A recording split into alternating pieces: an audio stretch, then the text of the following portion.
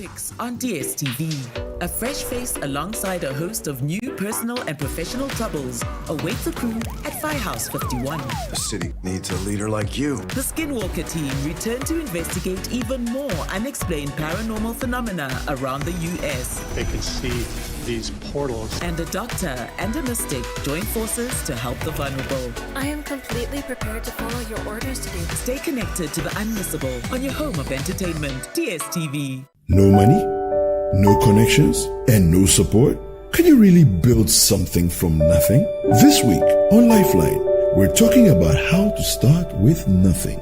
Join Bishop Fred Crunchy Mensah and his guest, Professor Joseph Asafwedu, as they discuss practical steps, relatable stories, and the mindset you need to begin even when you feel unprepared or broken due to setbacks. Welcome to Lifeline. I'm your host, Fred Crunchy Mensah. I'm excited that you have joined us today. What does it really mean to start all over with nothing? Looking at it from the financial point of view, looking at it from the social point of view, and then also looking at it from the psychological point of view. That's a very interesting question, and thanks for that. And it is at the heart of the human condition. It is to say, another way of stating that is to say that you can come to a certain stage in life where you have sunk so deep into abject poverty. Poverty at all life, at all sides. And some will call it multi-dimensional poverty. Lifeline airs every Tuesday and Thursday at 10 p.m. only on Channel 1 TV.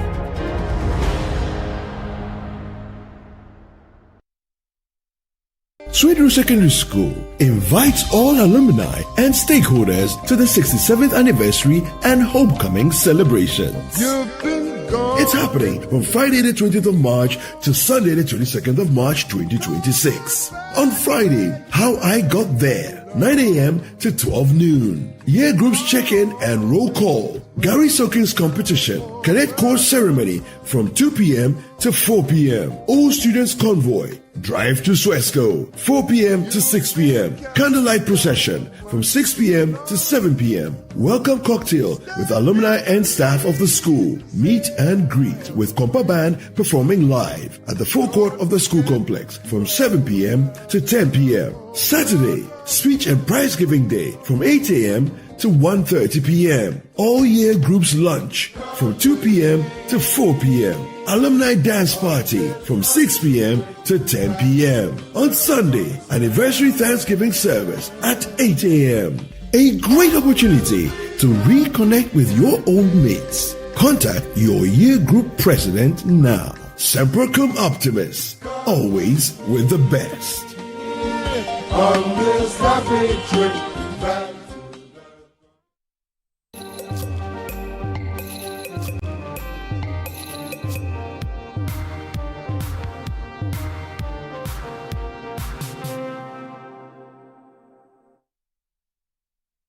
Yeah, welcome back. You're still watching The Big Issue on Channel 1 Television and also listening on City 97.3 FM. On The Big Issue, we discuss the major issues that dominated media conversations in the past 1 week. Well, an issue that's caught up in media conversation is the recent attacks between the US, Iran, and Israel on the back of some recent development, which a lot of people have said that may cause some disruptions in oil supply in major parts of the country across the globe, especially here in Africa. Already, President John Dramani Mahama says we should brace ourselves up for some disruptions in supply of oil, which may affect economies within Africa especially.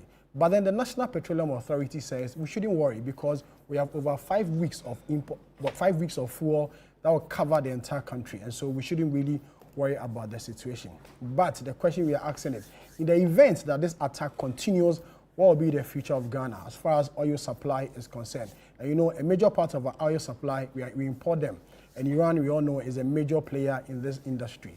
What is going to be the implications? Should the war also continue and further on, what is going to happen to the global supply chain and the effects, especially the economic effects? And will it affect Ghana as far as its economic recovery is concerned? This is an issue we'll discuss today on the big issue. Also, the issue of Galamsey has come up. There was a recent report by the Forestry Commission that says that over 9,000 hectares of land has been destroyed through the activities of illegal mining. We ask, over the years, the activities, the fight on how to end illegal mining or Galamsey, is it proving any result, any positive result at all? Or still, the Galamseyers are still doing what they are doing the most? And the major interventions, we had the military on the ground, introduction of technology. We've not seen any improvement in the fight against illegal mining or Galamsey. This morning we asked, is there any new adaptation or new adaptation we can do to help in the fight against illegal mining?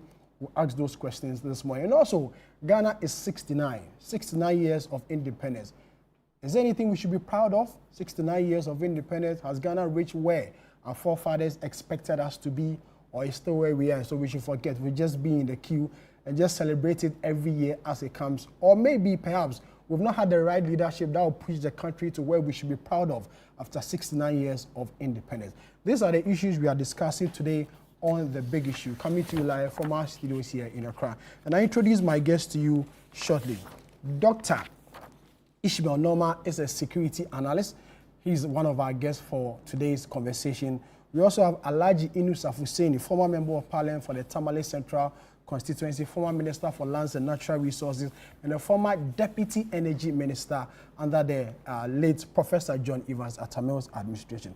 Also, Kojo Poku Nsafwa is an energy analyst and a member of the New Patriotic Party. Duncan Amwa, executive director of COPEG, and later Franklin Kujo will join us through Zoom to also help us with this conversation. So these gentlemen today join me for a conversation on issues that have dominated media conversations in the last 1 week. My name is Sami Wiafe, sitting in for regular host Umaru Sanda Amadu. Gentlemen, good morning. Good morning. Good morning, good morning. Good to see you all. Thank you. Thank you. Guys, I have to start surcharging you guys every time my name is turned upside down. Could you tell me about it? Kojo in Safwa. Kojo in Safwa person Poku. We use the Opoku first. I don't know why. It's not Opoku. It's Poku. There's no O in front of it. Okay. Oh. So it's Kojo in Safwa. Or call him Poku Transport. Just call him Poku I don't know why Transport. everybody. It's serious because you see, I go back home and everybody was like, Kojo, no one sound Diana. I'm like, no, I haven't. My name is Kojo in Safwa Poku. Or call me Kojo Poku. Noted.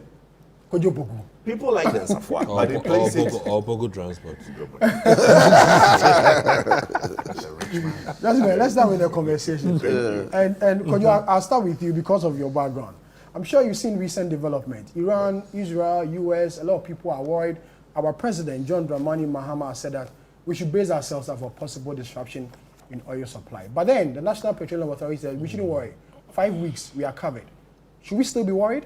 Well, I would have been happier if that don't worry came from the players than the regulator, because the regulator can only call a meeting and basically take information from what the players are doing. I think that there is no concerns yet in terms of fuel security. You know, when there is this war in the areas where most of our hydrocarbon comes from, the concern is in two folds: fuel security and then prices. Let's deal with fuel security. Because we import most of our products, even Centrio, who refines locally, still imports the crude oil. So both the refined and the non-refined are imported. The most important thing we have to look at is that, is the crude oil prices going up, and is that affecting the Plat, which is how we price the refined products, the petrol and the diesel and all the rest that we buy? Yes, it would affect it. So now prices were around maybe $59 per barrel. As at yesterday, it's gotten to $91 per barrel. So we are going to see a big jump in the Plat prices, the refined prices coming in the FOB in the coming window. That would basically come and hit the pockets of the average Ghanaian. So that, in terms of the war, would do affect prices, and from a $30 jump in the crude oil prices, is going to have a huge effect on the refined products. Then you go to the next conversation of the security, the fuel security. Now, prices is mainly due to demand and supply. Now, if refineries who get supply of crude everybody is getting their crude, then it's fine. There will be enough supply of products on the market. But we know that since the Strait of Hormuz, that controls 20% of the world crude oil coming out of the Gulf area, is closed. A lot of refineries are also not going to get constant supply of crude. So it means that there are going to be less refined products on the market. What that means is that there's going to be shortage. And when demand now outstrips supply, that is also going to create another high prices for the refined products. So the crude oil price going up is going to affect the refined products. Then the scarcity of that product, which is the false security of not having the refineries, not having the crude oil, is also going to create less refined products on the market. So there's going to be a two-pronged approach. We are not only tracking the crude oil price affecting the plat, the refined products, we're also tracking the scarcity of that product in the world market to also affect the price. So it is a double whammy. It is a concern which is going to basically go a long way to hurt our economy. Because you look at the successes that's been chalked in the system. Our brothers in NDC talks about low dollar, low fuel price and all that, right? And the Ghanaian were not given enough in terms of only 12% increase in wages negotiation. So if we look at fuel prices in the next 3 months going up exponentially, it is going to affect the Ghanaian pocket. And it is going to also affect the inflation that everybody talks about. So you expect an increase? No, it's natural. We forget, as I'm saying, the two effects is constant. Yeah. One is the lack of the product on the market is going to create high prices for the product because it's going to be scarce. Then the high price of the crude oil, because what we sell in the market, okay, so this is how prices are priced. You don't price them how you bought it. You price it at the cost of which you will replace it. I hope you understand. Yeah. So if I have this bottle, right, I price it, if I'm to sell this, how much would it cost me to replace it? Yeah. That is how much I'll sell this product for. I don't sell it at the price at which I bought it. So if I sell it and I can't replace it, then it becomes a problem. So the prices in the pump in the coming window, the next window is 16th, right? In the next window, you see a big jump because everybody is now going to price the next window at the price at which we are going to now replace in the next 2 weeks. And this war has just started, right? We are being told it's going to go for months. So even if it stops today, the ramification is still going to exist. So in terms of expecting higher prices, that one, we check the box. Yes, we are going to get higher prices. But in terms of fuel security, which is what we talked about, MPA saying that they have enough in the tank. For me, they can only forecast within the next 5 weeks, as they've said, right? After 5 weeks, then what next? Because the products we get into the country, when it's available on the market, then you get some. Yeah. But if there's shortage on the market, then how are you going to get? So then we need to now quickly start talking to maybe Dangote, who is our neighbor, to now look at how best we can look at fuel security within the Gulf, the West African region, and get products from Dangote. Yeah. But if we are relying on the normal importers that we have, there might be a shortage of products on the world market coming out of Europe and the Asias, and that might affect us. Right. So that will be a problem. But the other thing that we should also keep our eyes on is the issue of value chain. You know, fuel is energy, and it is the fundamental cost for production of everything. So not only are we should be looking at the fuel cost, which is the base of, is the input cost for a lot of industries. So if you're looking at fuel prices going up, the other conversation is the value chain also going up. So cost of food, cost of products, cost of manufacturing, all those things are also going to go up. So in one part, we consume the products in its raw form. Yeah. But in the other form, it's also an input product, which goes into industries. And if fuel goes up, if the hydrocarbons goes up, then the gas and all the derivatives also go up. Yeah. So industry, who is also manufacturing and using those derivatives, also their prices will go up. So there's a cascaded effect of cost rising. So that we should expect it. Okay, all right. Duncan, I'll come to you because of from where you are coming from. What role will Tor and Centio play in all this? Domestic, let's say domestic production in all this. Permit me to take a view of the global situation currently, just to add a bit to what Kojo had already indicated. Things are looking a bit shaky out there. The supply situation is very bad as I speak. Last week I had mentioned that for every single day that the war continues, the global market space is denied a minimum 22 million barrels daily, right? Like Kojo mentioned, demand and supply. If demand remains, right, and then there's a supply shortfall of between 20 to 25%. That's how much the blockade at the Straits of Hormuz cost all of us globally. The first few days, you know, prices were not that bad because there was already an oversupply situation.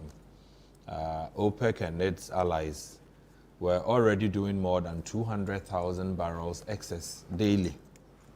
So even in Ghana, you had a situation where we had a lot of, you know, fuel in tank. If you go to the Lome Triangle today, there's still quite some fuel, although I believe with the outset of these hostilities, all of that you have at the Lome Triangle would also be taken up by other countries. And so for every single day that you see hostilities between Israel, the US, Iran, the world economy is being squeezed or being deprived of a minimum 22 million barrels daily. And so I wasn't surprised that at the close of trading yesterday, Friday, WTI, not Brent, had crossed $91. Brent had done over $93, $94, $95. It is not looking funny. We started from around 67, 68. We came into the 70s, the 80s, we've crossed the 90s. I heard the former BP chief executive suggest that if this is not curtailed within the next 1 month, we could hit 150. And so the conversation is not just going to be about we have 5 weeks of stock. It would have to be between now and that 1 month. What should Ghana particularly be doing? Yeah. And so where you bring me to Tor, Central, they are a part of the mix, but you would need your bigger strategy in place so that you can cite Tor and Central to play a role in there. Your bigger strategy at this point for me, if I can advise my brother, the energy minister, get to the Lome Triangle immediately. Get as much stock as you can. Because Kojo has indicated every single day that the Hormuz is blocked, right? Logistical cost is going up. The cost of insurance or freight, you know, Maersk and the other oil traders globally have refused their vessels going through, right? And even those that will ply Europe and Africa, some of them are today charging an extra premium of $100,000. If you add it, maybe they will move. Otherwise, they'll keep their ships. I mean, they are comfortable. Insurance costs have gone up. And so cost generally is surging, and somebody will pay for it. I am not particularly enthused by the 5 weeks storage we have. It is abysmal. And I'll put this on record.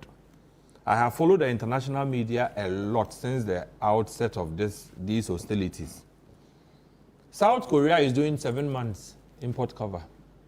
That's how much they have. 3.5 months for the central government, 3.5 months for private capital, right? Other countries, Germany and the rest, although they are being squeezed now, some of them can give you about 12 months, 15 months, right? That if nothing comes in, they can still be able to sustain their net national demand. I mean, for those numbers. But do we have the capacity to do the number of months these countries have? Yes, we do. Yes, we do. And I would explain. Tor tanks alone is doing almost 1 million, right? Metric tons. That's a lot. So assuming toy is not even refining and you are using just their tanks to store product storage. That's like how many months? If it's 1 million, like how many months are we looking at? 1 million metric, if you are doing about 360, that's almost 2-3 months for toy alone, if you stock up. Bust will come to about 700, between 700, 800. That's also significant. Then you have other private depots dotted around. Thermafuel Company or the TFC. A lot of them in the Pong Enclave. If you decided that you are stocking up, you could be looking at between 4 to 6 months in the minimum.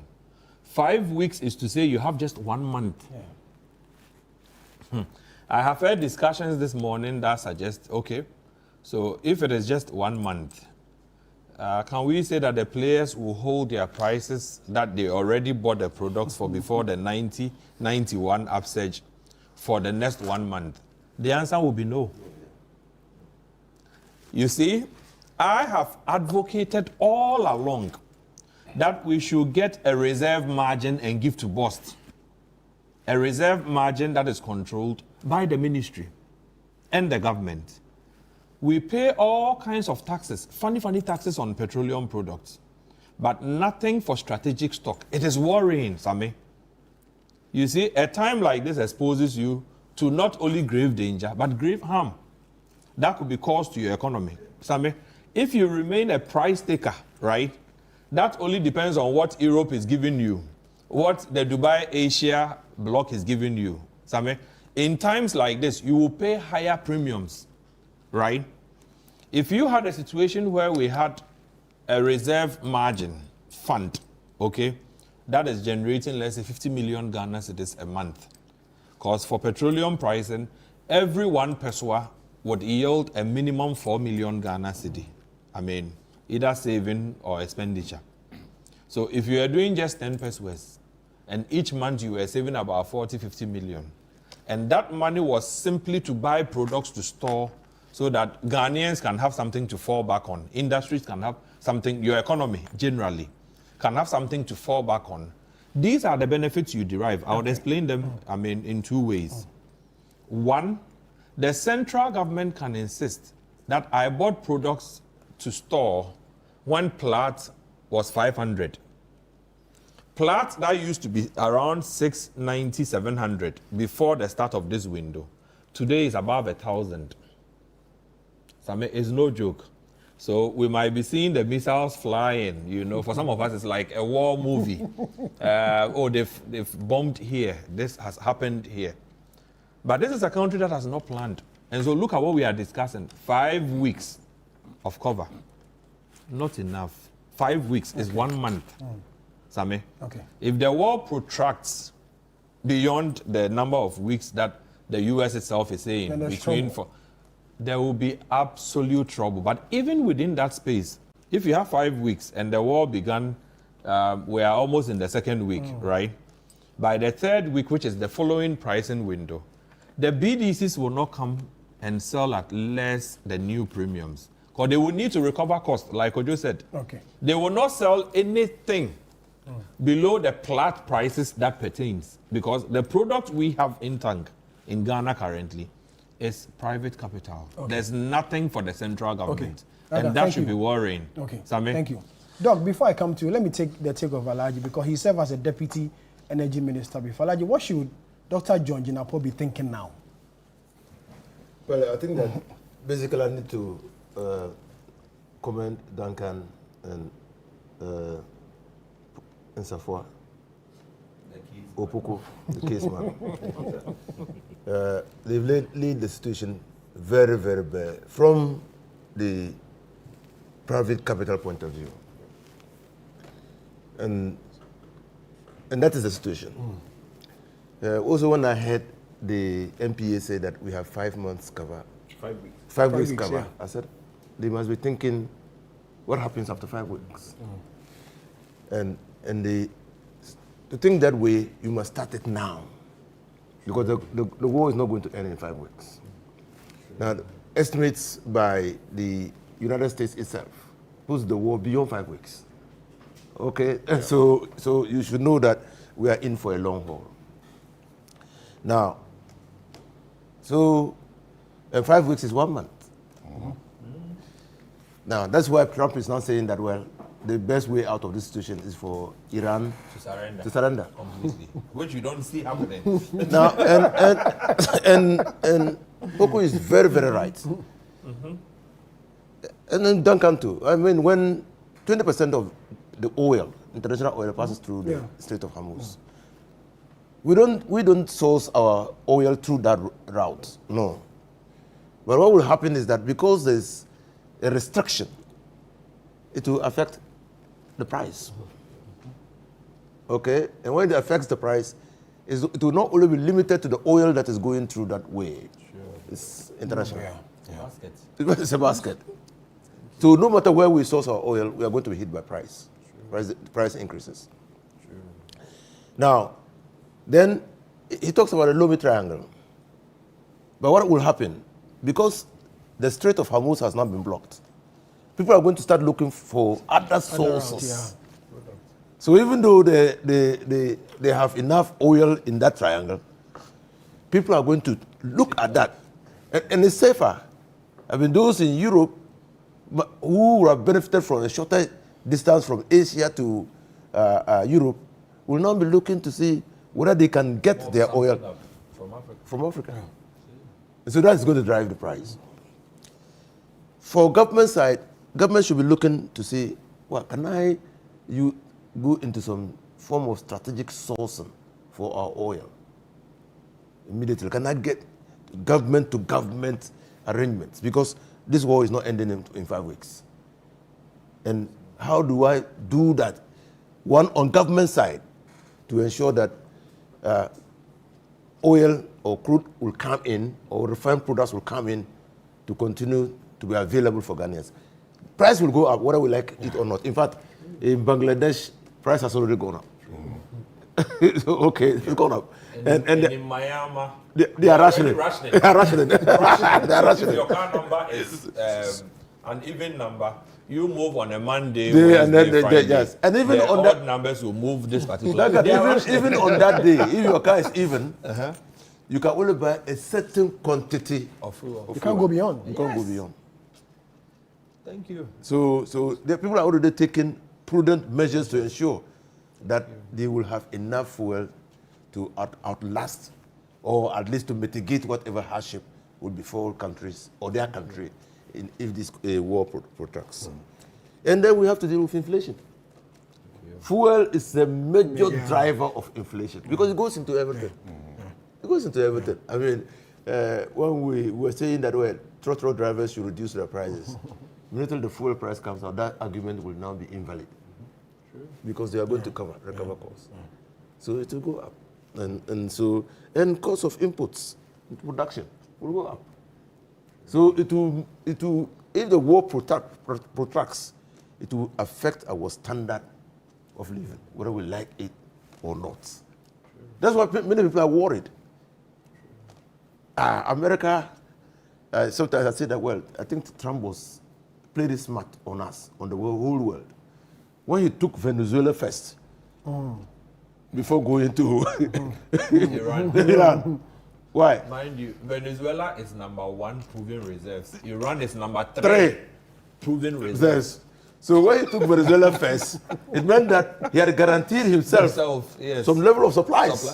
Yes. So he will get it. He will get it. Glad you are smart. You understand? So I said, this man, strategically, I think that this one, there's no debate on it. And this is not the time to start to play smart and say we have 5 weeks reserves and so people should not worry. In fact, this is the time we should be worrying. So what do we do now? And I agree with you when you say that we should have strategic stocks, reserves. We've spoken about this for a very long time. Somehow we've not brought in ourselves to implementing it. Why countries have strategic reserves is precisely because of what is happening. But even this war should not have come as a surprise to anybody. So 4 or 5 years ago, or if you, 4 or 5 years, because this thing started at the time of Obama, who had to enter into negotiations with Iran. That those negotiations were continued under Biden. Okay, so we knew that the United States of America was not comfortable with the rate at which Iran was enriching uranium. We knew, and that it was a major problem. The International Atomic Energy Commission came in. Now, then Trump takes over. Then enter Israel and his security concerns. So Donald and Israel combining in terms of pursuing their strategic interests. Clearly we knew the situation in the Middle East would be unstable. So I think that we should have been planning long ago. Long ago. And thank God, West Africa and the Gulf of Guinea area, we have some reserves, some oil, crude.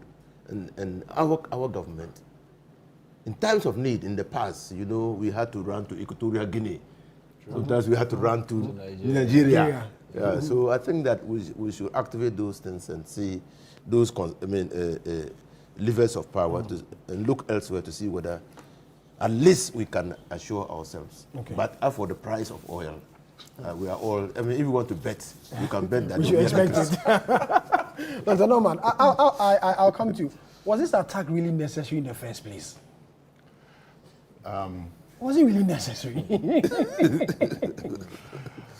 My brother, thank you for the opportunity and sitting at the same table with these eminent scholars and analysts.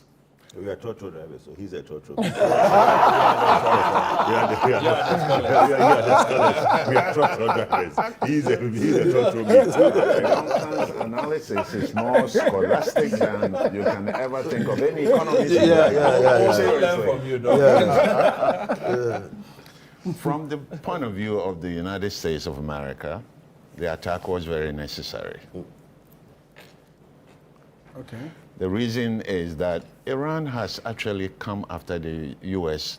on numerous occasions, starting from 1979, when some 59 Americans were taken hostage for 440 days. That was to demoralize America as a superpower. And a lot of things did happen that time. Then, in Lebanon, the Marine hostel was also bombed, even before that other activities happened. And we lost 200 American Marines in that event. And so this kind of thing has been going on. Iran has been sponsoring Hezbollah. And this is why our Ghanaian soldiers were hurt. Today. Okay. Yeah. Yemen is also another proxy for Iran. And also, Iran has killed, in the last year or so, has killed over 30,000 of its citizens for just demanding for political and social change. Because the testosterone level in Iran is very high. The views of women they don't count at all. And you cannot continue to basically kill your own citizens for asking for basic human rights. The United Nations is not doing much to protect citizens in each country. So from the point of view of the United States, the Iran war had to happen. In 1996, the Koba Towers was attacked. 9/11, 300 American citizens in New York were killed.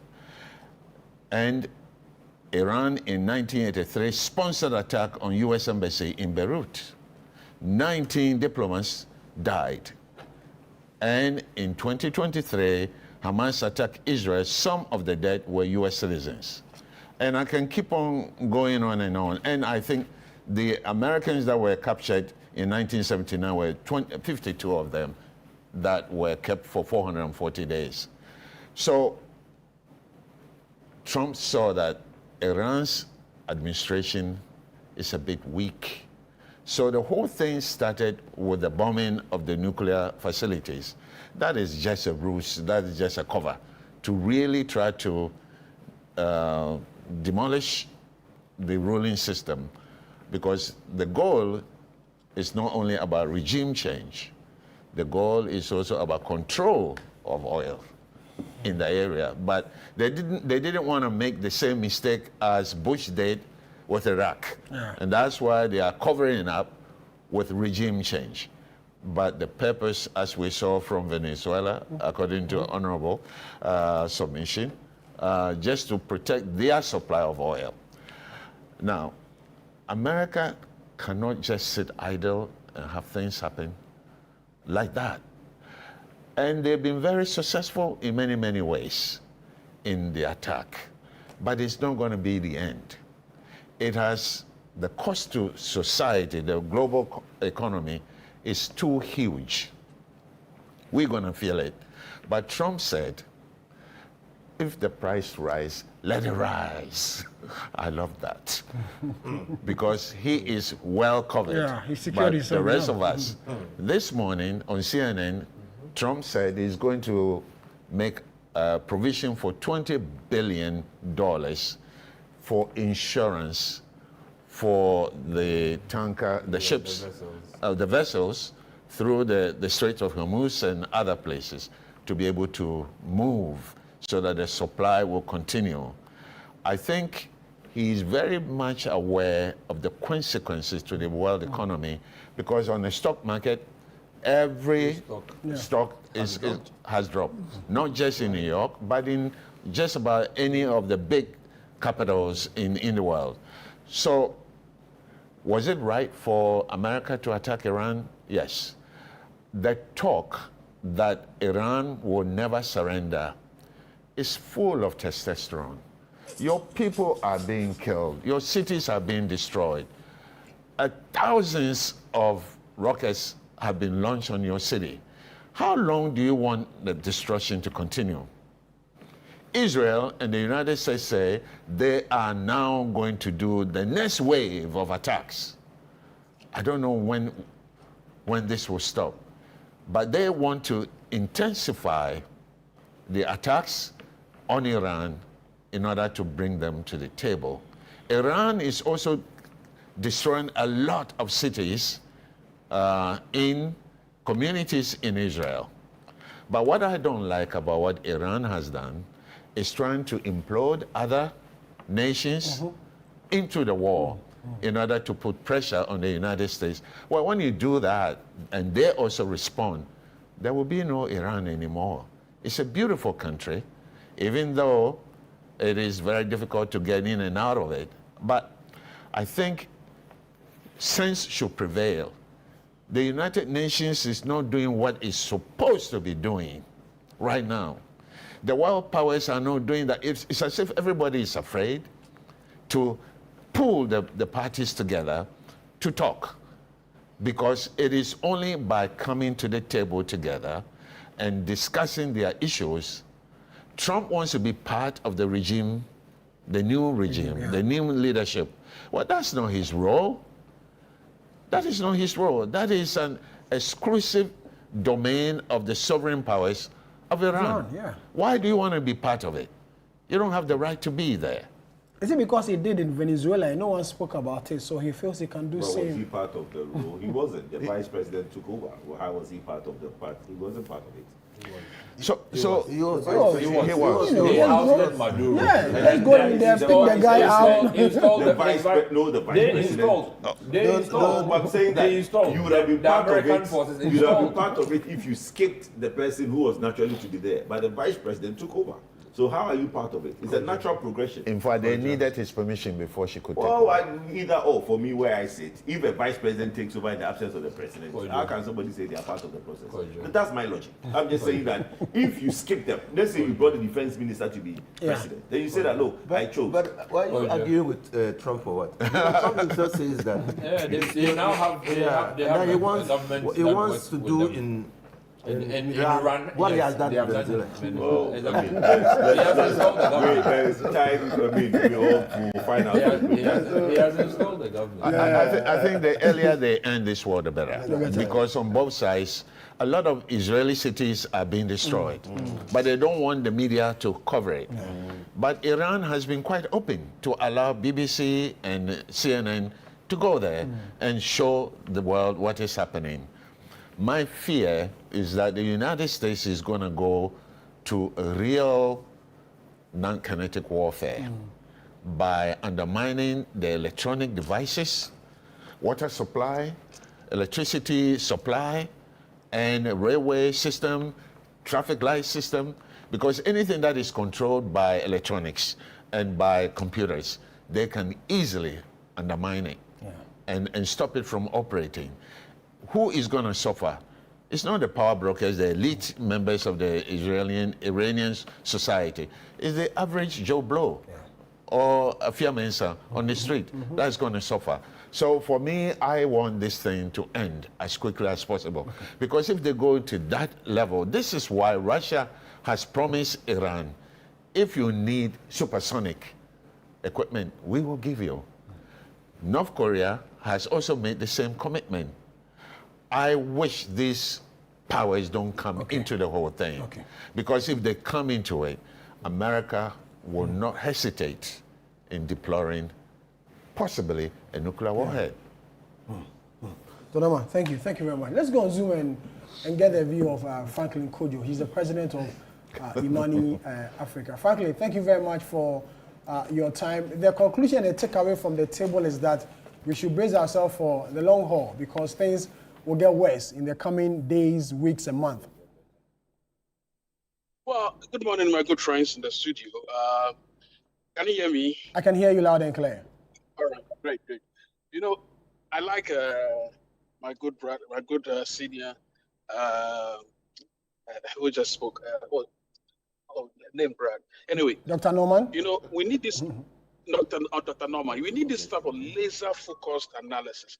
In any case, look, I am worried that or probably I shouldn't be too worried. I think this war would end sooner than later because fact of the matter is, if you're looking at the analysis so far, Iran, unless maybe Russia and co join, really, I don't see how they don't have Syria, they don't have the Hezbollah and all those people to be helping. And I think it's becoming increasingly clear that I think they should give up.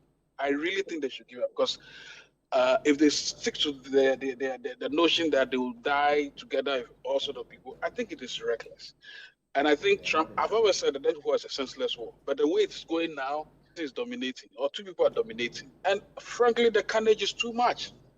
I don't see how many missiles has Iran flown since then. I think it's reduced significantly. So look, I think it's about time. Anyway, they will not listen. So probably I'm just shooting blanks.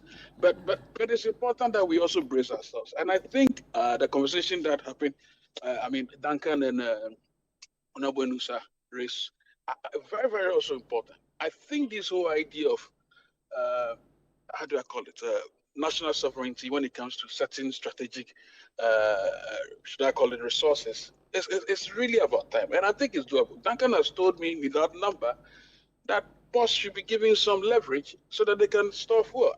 He's been saying this forever. Nobody seems to be listening to him. Maybe the reserves that Arthur is envisaging should be channeled into some of these things. But anyway, look, it is what it is. I fear that this will continue for a while, and 5 weeks import cover, whatever they call it, clearly does not hold water.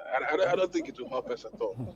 But all powers, whether with the middle powers or northern powers or southern powers, should come on board and talk to Iran. I think it is important that, look, Iran should just give up the ghost. Seriously speaking, at this stage, there's nothing really they can do. As I said, I foresee this war ending within 5 weeks. That's my preliminary comment. But then, Franklin, if Iran says they are not going to give up, we know the Russia-Ukraine war. Despite all the attacks happening in Ukraine, Ukraine is still holding on to the fight. So why would one want to advise Iran to also give up? Well, Iran is not Ukraine. As you realize, Ukraine is technically, in spite of the fact that Iran has over 6,000 years of civilization, that civilization is not what we have today. I'm sorry. The guys we have right now, some of them are just murderous fools. And I don't think they're like Persia, which used to be very, very great. And so they don't even have the they may have the technical capacity, but as we speak right now, look, where are they going to fly? Apart from the drones that are helping them, which are, the Americans will find a way of neutralizing the drones very soon. Then what happens? You really cannot continue on this path. And I think it's about time they really need to get them and talk. It is a sad situation, unfortunately, but as I said, the whole world will suffer for it. But as I insist, they may decide that they want to have a long mujahideen type of war, guerrilla warfare. But to what end, really? You know, and don't forget that they still would find all those people who would come up as stubborn people, and then they annihilate them. And what do you want to do as a country? It is really sad, really, really sad. You know, if Iran were such a country that they respected their own citizens, I mean, I don't think that people would not be this. But look, how many Arab countries have actually condemned the whole thing? Have you asked yourself? How many Arab countries have condemned the Israeli assault and American assault on Iran? Because Iran has been renegade, really. And anyway, we are not discussing Iran's misbehavior. I think we are discussing the impact of what it would mean for us. And I think. Hello, Franklin. Franklin. I'm afraid we've lost Franklin. Gentlemen. Yeah, sorry. Okay. And on that score, I think it is important that we all keep on the peace, keep talking about peace, but at the same time, we should be preparing, because this will go, as I said, I don't think it will go beyond 5 weeks, but we should also prepare for an eventuality. Thank you. Thank you very much, Franklin. Gentlemen, let's wrap up on this particular topic. 2 minutes each. I started with you and then I come back. You seem to be disagree with a number of things, Franklin. No, it's something that Franklin said that I don't know where he gets it from. You can't compare Ukraine to Iran. Iran is a far bigger in terms of revenue, in terms of technology, in terms of advancement than Ukraine. You can never compare Ukraine to Iran. Iran is a much bigger country. It's a much advanced technology, resources, everything than Ukraine. So if Ukraine can hang on this long to Russia, which is next door to him, you understand? The proximity of the Ukraine to Russia, everybody thought Russia would have overrun Ukraine by now. But look at how long they've hung on. So please, let not anybody think that. I heard something that Iran, one of the people they interviewed out of Iran said, he said that at this point, surrender is more scarier than fighting. That's what the guy, yes, he said to surrender now. Because look, you go into a country, on the first day, you take out their supreme leader, you take out their defense minister, you take out the CDS, you take out the top, the supreme leaders. Yes. What is left? To them now, what is left? Their dignity is what is left. So for me, look, if we keep going this line of U.S. Supreme and all, yes, we know. Look, it's like a big boy, macho guy, finding a small boy that he wants to beat him. We all know with that structure, you can beat the boy. But one thing is likely to happen. That boy will do something. Not necessarily. David and Goliath. Yeah. Well, exactly. The point I'm going to make, that the boy, the young boy, might pull a surprise. Might pull a surprise. That's the point. You see, look, nobody doubts America's ability to flatten Iran. Nobody doubts that. But the point is that Iran might pull a surprise. Yes. That is what, and you see, doctor said, why are they bringing everybody into it? It's a simple psychological factor. If we are not comfortable, nobody should be comfortable. It's as simple as that. So Iran is not comfortable. They want the whole Gulf not to be comfortable. So you remember that Dubai thought, oh, we are Dubai, what do we care? they've told Dubai, no, don't. Yes. So they brought Dubai into it. Now Dubai has a problem. Doha is in it. Qatar, this, Bahrain, everybody is now part of this headache. So when you are sitting around the table, it is not just about me, Iran. It's about all of us. So that's why I'm saying that I'm very surprised. But the point I wanted to make before Franklin came in is that there was a conversation about sourcing for crude elsewhere, right, or domestically. We've always had that conversation, and it comes up that people say that why don't we give our crude to our refineries to refine? Because we have crude, which is shipped out. The issue is not about whether we have or we don't have. The issue is the jete, the money.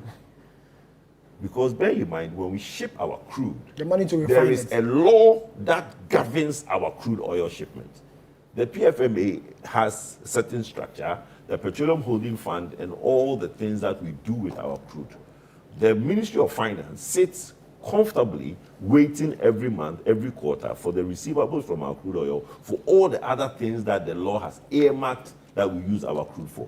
If we decide now that for the sake of fuel security, we are going to use our internal crude, let's say it gets to that point where we feel that we can't source products from elsewhere, we are going to give our crude to Central and Tor to refine. What it means is that those accounts that receives the money from our crude oil will not get that money. You understand? So the receivables from our crude, bear in mind, the whole of 2024, we made 19.8 billion Ghana cedis in terms of revenue. 2024, 19.8 billion. 2025, we made something around, just at the end, we did about roughly 38 million barrels in 2025. The forecast revenue is what we have received till September, because the media budget is not out yet, so we don't know what the full 2025 is. But outside January to September, we have made $985 million from crude revenues. If we decide that we are going to give our crude to our internal consumption, this money, some of it will not come. And when they sell, it is only when they sell, and we will now get the revenues from there. There might be some losses in our system, so they might not get the entire money. So there's a challenge, and you might have to go to Parliament to basically make an amendment to, or pass an emergency act in Parliament to say that instead of doing this, do this. You understand? So it's not that straightforward when people say that, but why don't we give our internal crude to our refineries? And if you go to Nigeria or any other country, like we've done in Kufuor's time when we did a G2G with Nigeria, the reason that we brought in Sahara, Nigeria has the same laws as us. When the crude is lifted, within 30 to 60 days, within 30 days, the money has to be paid. And because we didn't have money at the time, we wanted some bridge financing. That's how Sahara will now pay the money in 30 days, and we pay Sahara in 60 days. You understand? So as a government, we don't have the money to pay cash. So we always need some credit. And when we did the G2G with Nigeria, they have the same laws as us. When GMPC sells, in 30 days, money should hit the Petroleum Holding Fund. If you give the money, if you give the crude to Tor or Central, they will not be able to pay for it in 30 days. So you might have to go to court. So you might have to go to Parliament to amend temporarily if we get there. I'm just saying that when people are having this conversation of, oh, why don't we give our own crude for our refineries to refine, you might have to change some part of the law. And Ministry of Finance has to also understand that all the monies they get when the lifting is done, they would have to hold on. And it would affect a number of things in terms of government finances. The problem my brother has and the NDC has is that they can't use the Israeli-Iran war as an excuse. They didn't allow us to use the Russia-Ukraine as an excuse, so they cannot use the Israeli-Iran as an excuse. So they should be able to man this country, and nobody wants to hear anything about Iran-Israel. That is the problem they have, because they never allow the MPP to use, and whenever you mention Russia and Ukraine, hey, Massa, even you, the journalists, were helping them. But the Russia-Ukraine war is still on, but yet we are seeing improvement in the economy. But you see, that's the point. You see, they said that water always finds its level. When the law protracts, the world equilibrium shifts. this war that we are talking about now, if it goes on for more than, Russia was going for 3 years, more than 3 years. So the equilibrium has shifted. People have found, fourth year, right? Yes, wheat, oil, before Ukraine was, they grains, or they produce grains. Russia is the biggest exporter of crude oil, right? And all those things. But initially, there's a shock to the system. Then as time goes on, the system now finds different ways to now get equilibrium. So the initial first-year shock that it caused the world has changed because the world has found other ways to work around it. This war, if it lasts for even 6 months, the initial shock will be dire. Then after a while, if it goes on for more than 1 year, the world equilibrium will work around it. And the war will still be going on, but our lives will move on and people will find other ways. But don't discount the initial shock. So the initial shock of the Russia-Ukraine war was there. When you realize that container to China, right? When you now realize that you ship things, container was about 2,500 per container. When the Russian-Ukraine war started, because of the disruption in world supply chain, containers were costing $12,000. Okay, so there is a cascaded effect in the world economy when something starts. Then when it lasts for longer, the world equilibrium will shift and we will now live with it. You understand? So that is why now the Russia-Ukraine is still going on, but nobody really sees the impact of it. There is a new war. Like I said, they have a challenge. Nobody in Ghana wants to hear the NDCCs on TV and say that, oh, this is happening because of Israel, Iran. Kojo, Ghana is Ghana. Respond. I'm coming to you. Honorable, let me remind him that Ghana is a democratic country. Every citizen, every entity, every party has a freedom of expression. So your statement cannot stop any political party to use the Ukraine. I'm not saying they cannot say it. They say it, but we don't want to hear it. the MPP used the Ukraine COVID for why everybody, children were suffering. According to the vice president, teachers were suffering. It became a song. So the moment you say suffering, then we continue. Children are suffering. Now, this government, with all due respect, I don't want to politicize anything. For now, at least we have as much as 5 weeks supply. That will allow space for planning as to what to do next. Let us give credit when people are doing good and let us criticize them. No, that's fine. All I'm saying is all that right. the problem my brother if you are on the same level, thank you. The problem my brother has when people was speaking, he was not listening to himself. On this table, we have unanimously agreed that this war will lead to an increase in fuel prices. That's it. You led the charge. No, you led the charge. But on the political side, I don't want to come and say it. You said it. I don't want you to come and say it. So you see, prudent commercial behavior is different from political behavior. The matter is that we are looking at a situation that might impact even these good things that are happening. And on this table, I say that Duncan's suggestion that we must begin thinking seriously about building strategic stock is rational. Okay? And so this is how we should approach the issue. Let me do some little modification to your liftings problem on 2 grounds. One, if there's a war situation, then we cannot get crude anywhere. The doctrine of necessity will allow us to take over the crude that is being produced in Ghana and refine it for use.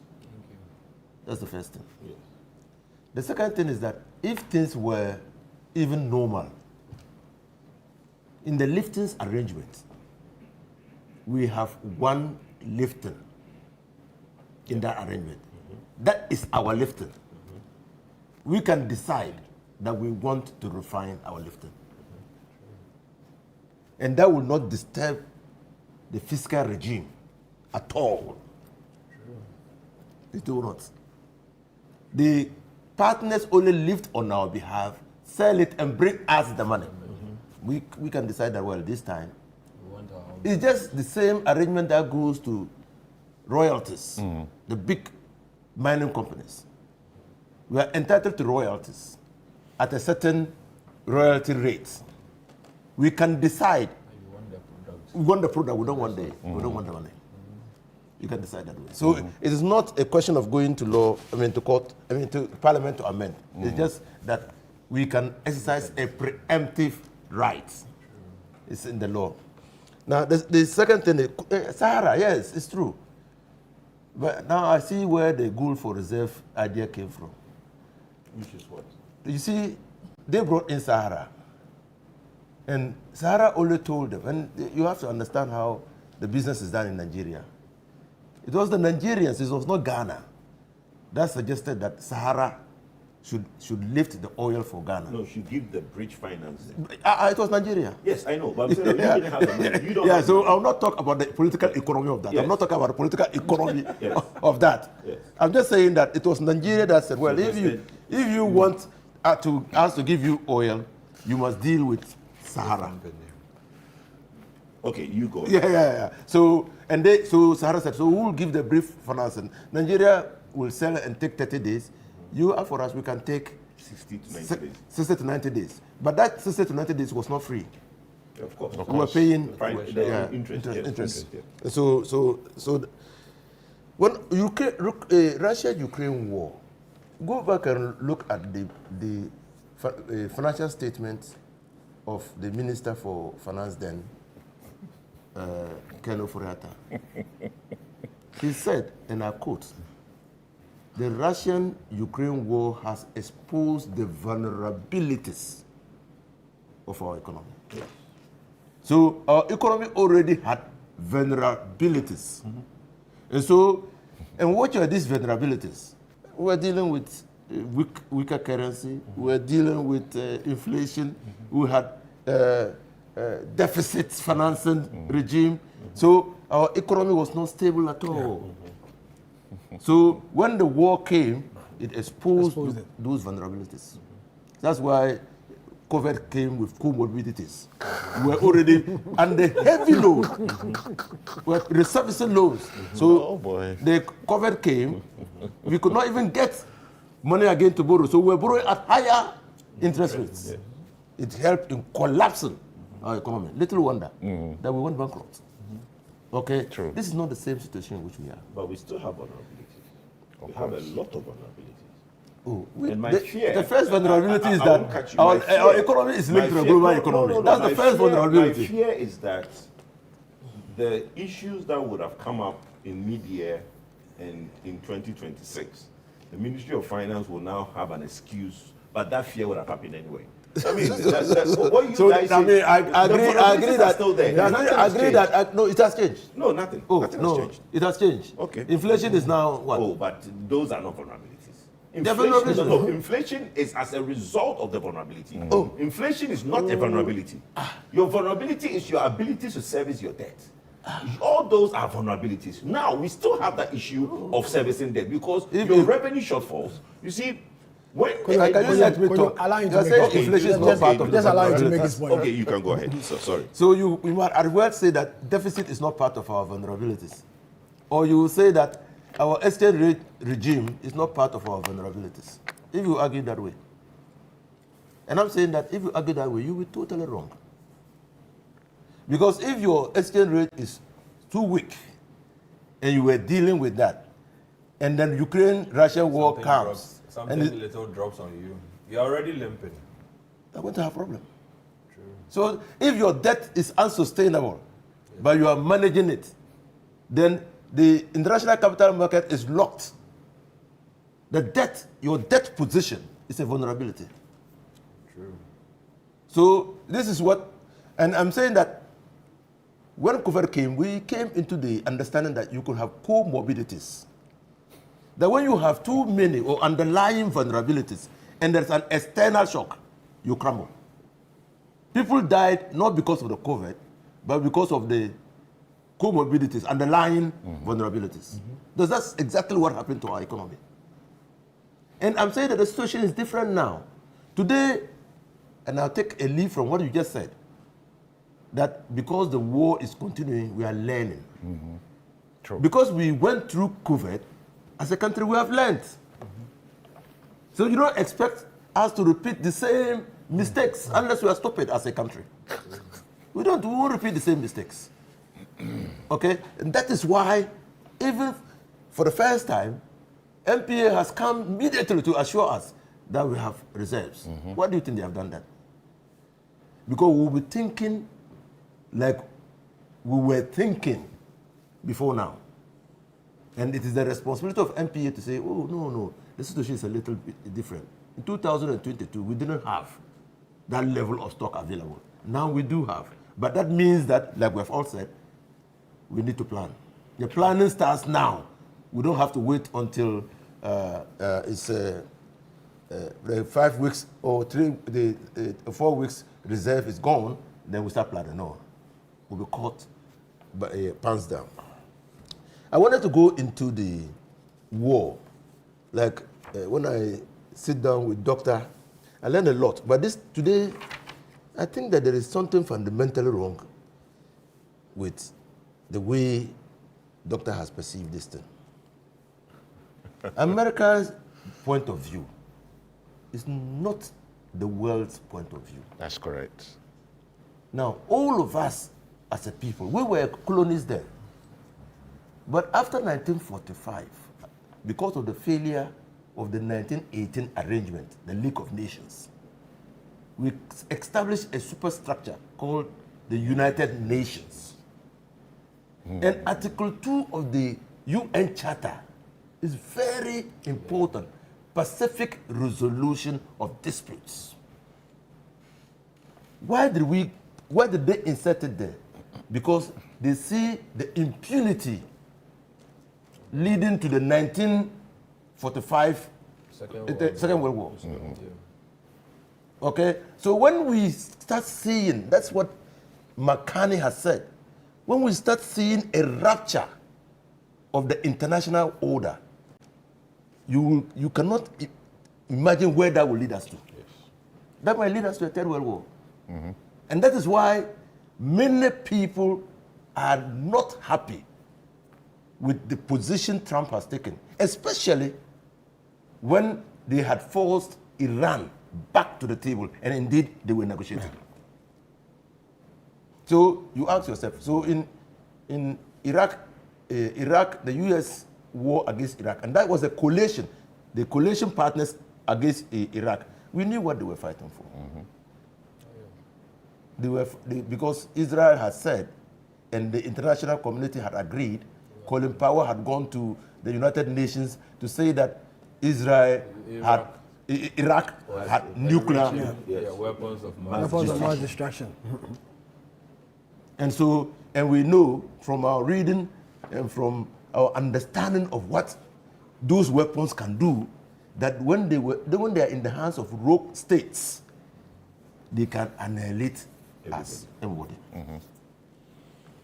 Okay, so somehow the coalition partners all join in. You needed boots on the ground.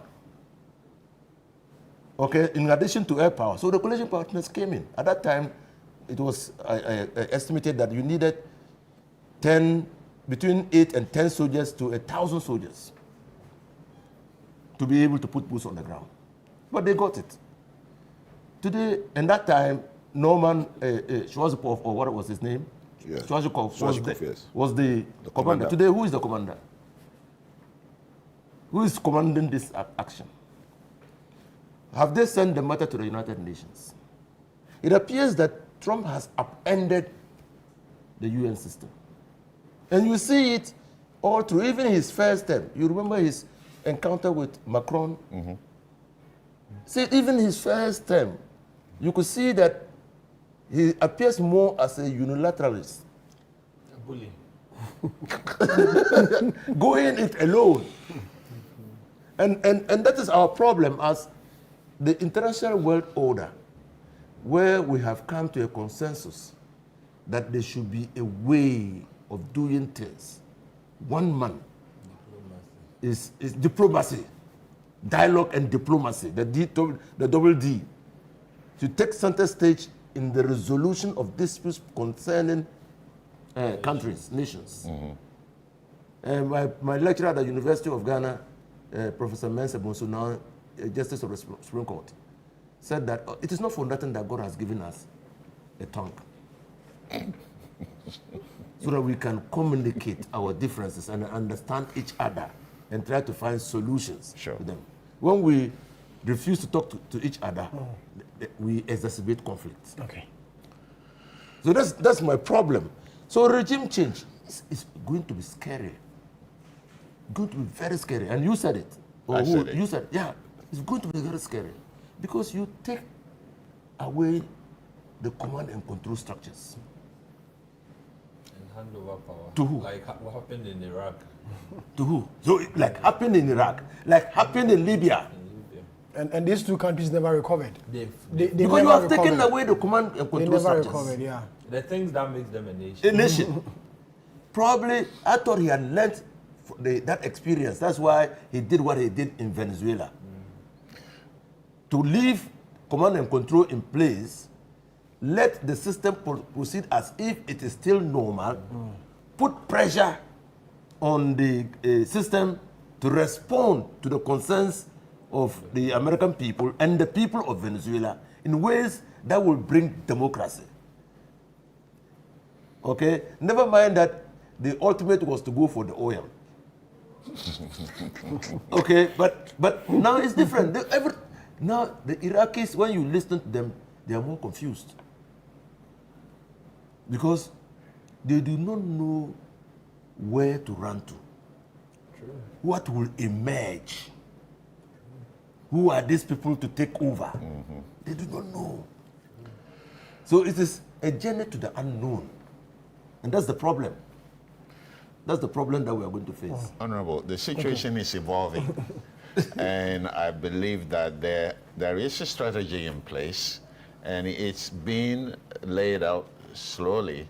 So if it's regime change that they want, they already have a plan, and they already identified people that will probably... But are you sure it's regime change?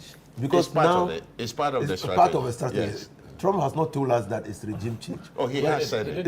Yesterday, yes, okay. He has. If it is regime change, now I hear them saying that, well, probably the best people to help us change the regime are the Kurds. No, he wanted them to fight. Yes. Yeah, but you think the Kurdish, the Iranians will sit for the Kurdish come and overthrow their country? The larger question is even the Kurds are not in one country. Yes. No. So when you bring in the Kurds into Iran, you are causing destabilization in Turkey, you are causing destabilization in Iraq. True. True. There's a bigger problem. It's a bigger problem. But you see, I have followed Trump for a very long time. In fact, a lot of my business approach, I learned it from his him. writings. And when he says, let's negotiate, be ready that he's just there to learn your strengths and weaknesses. Yeah. And then he's going to use it against you. Yeah. Oh, seriously? Yeah. So that is his approach. And I think by now, all the leaders in the world should know how he thinks about things. We saw a bit of it during the tariffs war and the way he was calling the presidents to come and negotiate. And sometimes he just wants to know how weak are you to bend to wherever he pushes the football or the goalpost. And when he sees that you are, it's all part of the strategy that we've seen that Europe has become so quiet. Why are they so quiet? Because they were misled.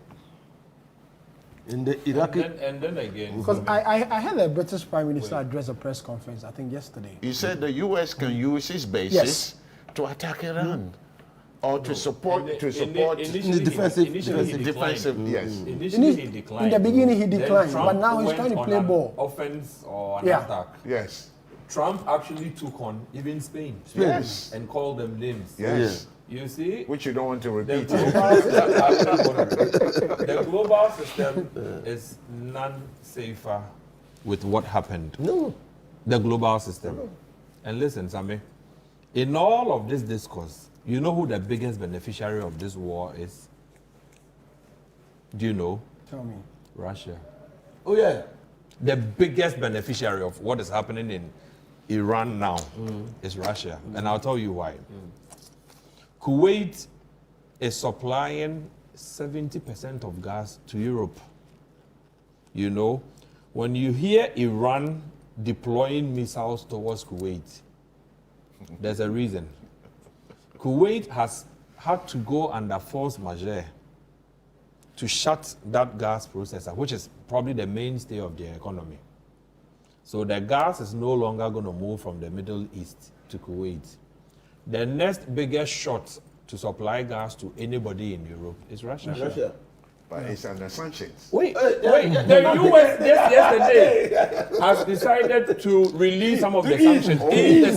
So you see, there's quite a lot happening.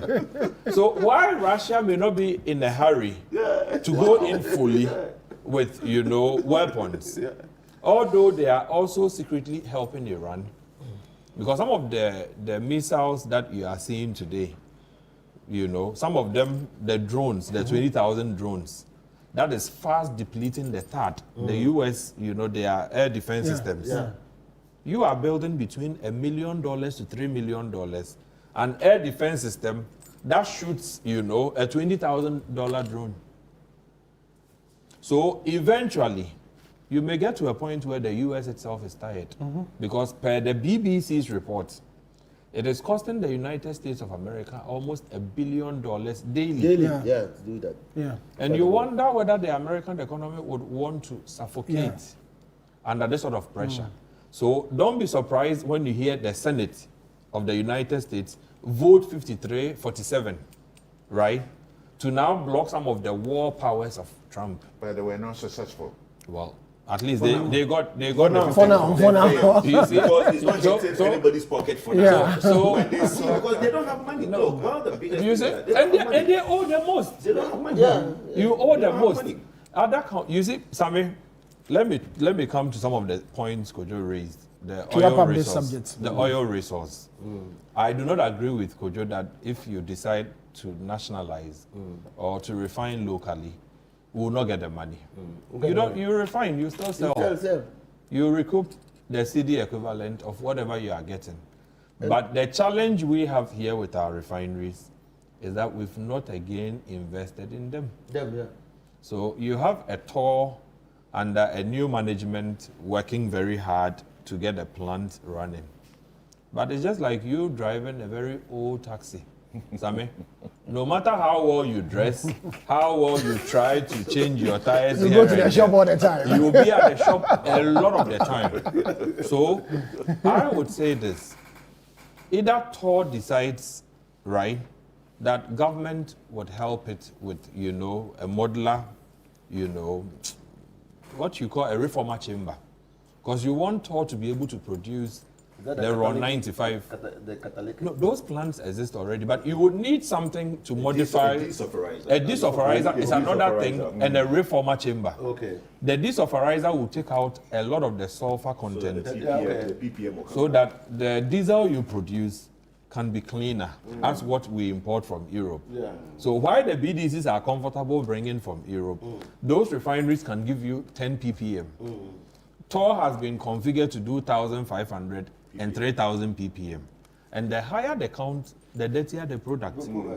So it is a lot easier to go for the cleaner from Europe. What do you need? You need a desulfurizing plant in there, so that whatever diesel is coming out of the refinery, you can at least remove a substantial part of the sulfur and make the diesel cleaner. A reformer chamber to also make the fuel, the petrol itself, that you are also bringing onto the market a lot better, like the raw 91, the 95. So, let me ask you a question. So investment. So, once upon a time, we knew that TOR had problems. Then we imposed a TOR recovery levy. Where is the money? Where is the money, Elijah? No, it's not part of it. No, It's part of it. You say- It collapsed into a slump. It is part of it. Kojo, wait. The TOR debt recovery Kojo, levy wait. is part of it. Kojo, wait. Where's the I have said this, and I think it's high time we do papers on them. In 2003, when the TOR recovery levy was brought about, The idea was that Tor had some debts that we needed to clear. And the trot driver, the teacher, the nurse, everybody who buys fuel should pay for it. We've all paid for it. The finance ministry has now decided to make that money a part of a revenue stream instead of giving it to Tor. So if you ask Tor today, there's a lot of monies that they have in their name. But they don't receive it. They don't receive it. So I ask the question on purpose. So if you are these things that you are the disauthorizer and the reformer chamber. Right. So if we have a Tor recovery levy and that has accrued some money, why don't we? That's the money for Tor. We have blown the money long ago. No. We are blowing the money. If we blown the money, we blown it on debt. It's a debt. So it's a debt. We need to find a way to pay. Yes, I agree. Sabe? So we are not investing in our refineries. And that is why it's a lot easier to import finished products than buying from Tor.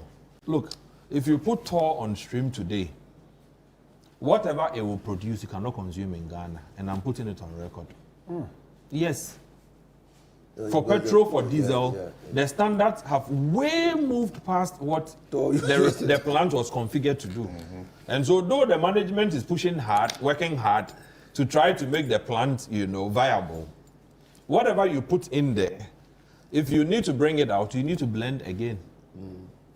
Otherwise, you can't sell.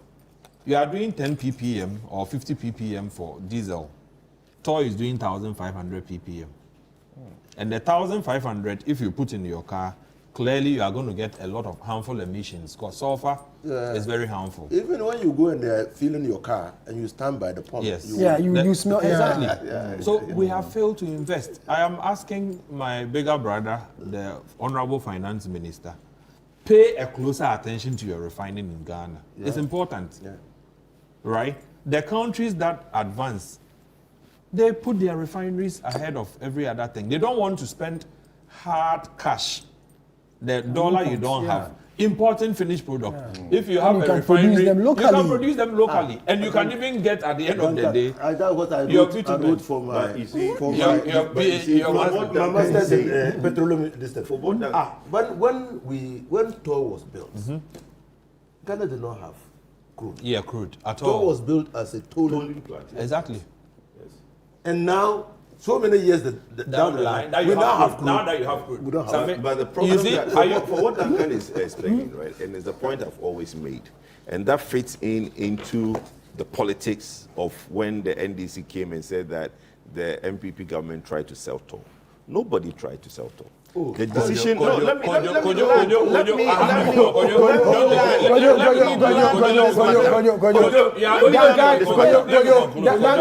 is wrapping up on this subject. We have two other issues to discuss. We have two other issues to discuss.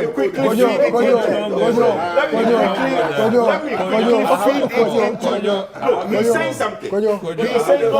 He's saying something. It's very important. I'm not allow him to keep saying that. Hold on. Listen to this. He keeps saying that. He keeps saying that the finance minister needs to find money to invest in Tor. Yes. We have always known that the owner, the 100% shareholder of Tor, needs to invest money in Tor. The biggest challenge is that the government of Ghana, who is the 100% shareholder of Tor, doesn't have the money to invest. He has the money. Does not. He has the money. Well, let's give the money. I'm saying to you that, look, I have said this 6 months ago, that in the end, we will come back to that conversation of a strategic investor. But they stole the money. Some years ago. Let's leave it. I remember. We will come back to that issue of strategic investor. I remember a year or two ago, we had news of a strategic investor to find the money and give it to It's the office of the special prosecutor who halted the sale. No, he did not. How did he hold that sale? But let's not change this conversation. Does not have that money. I need to go for a break, so in 30 seconds. You've taken my time. Then go for the break and come back. Okay, 1 minute. I'll do 1 minute. Thank you. You see, moving away from Tor, you will need to expand BOST equally. BOST. You didn't build BOST in '93 just to become another trading wing, like another BDCO. That's not the thinking. No.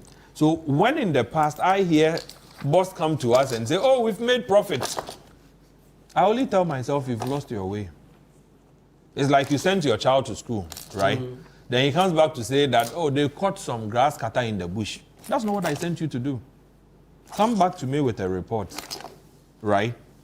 Bulk oil storage, I repeat this. Bulk oil storage and transportation. And I'm happy my senior is here.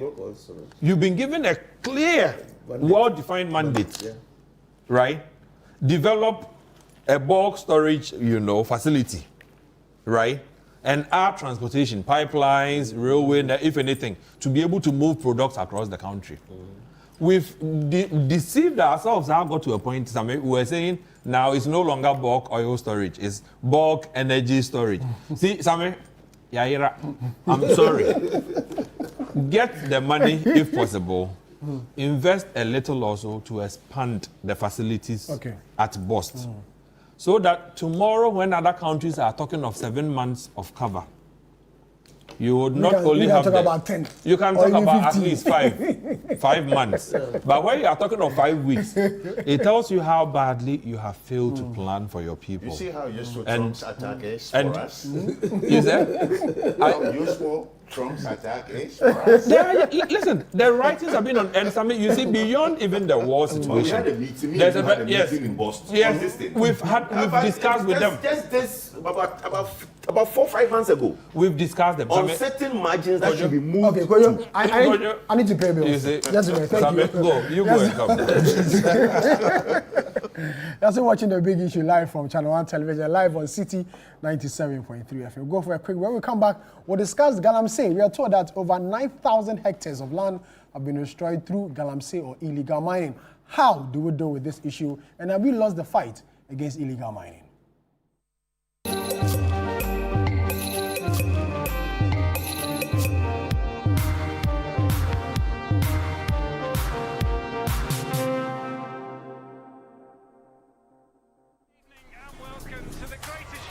This is a people's game. They will be bubbling about this one for weeks and months to come. Let's go!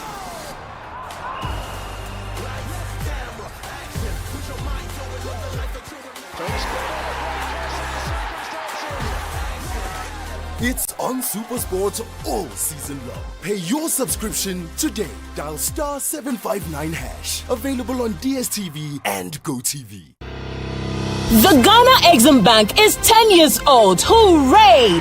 And to commemorate this milestone, the Ghana Exim Bank is hosting a 2-day international conference on the theme, A Decade of Enabling Export Trade and Industrial Transformation, Resetting GEXIM for the Next Frontier. The event takes place on the 25th to 26th of March at the Kempinski Hotel, Gold Coast City, 8 a.m. each day. President of the Republic, His Excellency John Dramani Mahama, will perform the official opening of the conference. Special guest and speaker, Honorable Elizabeth Ofoswejari, Minister for Trade, Agribusiness and Industry. Conference host is Honorable Sylvester Adina Mensah, Chief Executive of the Ghana Exim Bank. For inquiries, call 0208-541-480 or visit eximbankghana.com/conference to register. Media partners, Daily Graphic, Media General, The Multimedia Group, City FM, Radio Gold and Channel 1 TV. And knowledge partners include IFC and SME Finance Forum.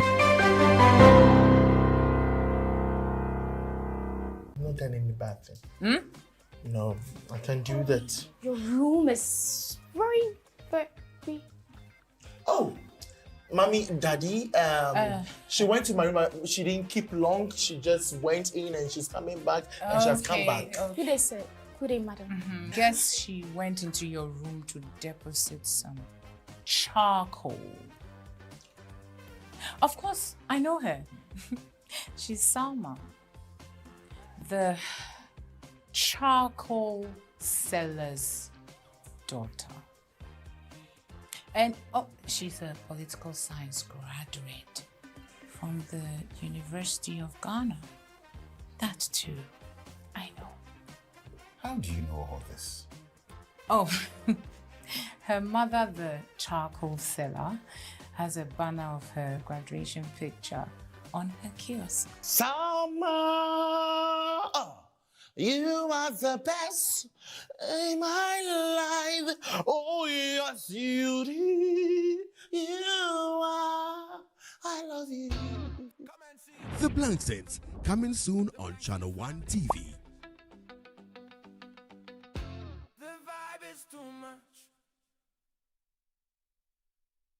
Welcome to the Health Quarters Ghana, where medical science meets everyday life. Join Dr. Gideon Assan and the irrepressible Clemento Suarez as they tackle health issues. My name is Dr. Gideon Assan. I have with me here my co-host, Clemento Suarez. I knew how it felt anytime I started to feel the pain. Whether it is hernia, breast cancer, cataracts, or infertility, the show brings together victims to share their real life stories and experts to debunk myths. If you wear cotton supporter, and they be a pampers and a benwa or bosom. So you see, instead of it being raw egg, I done it because you already know. Make a date with us every Sunday at 4 p.m. on Channel 1 TV. Don't forget to subscribe on YouTube and all social media platforms at Health Quarters Ghana.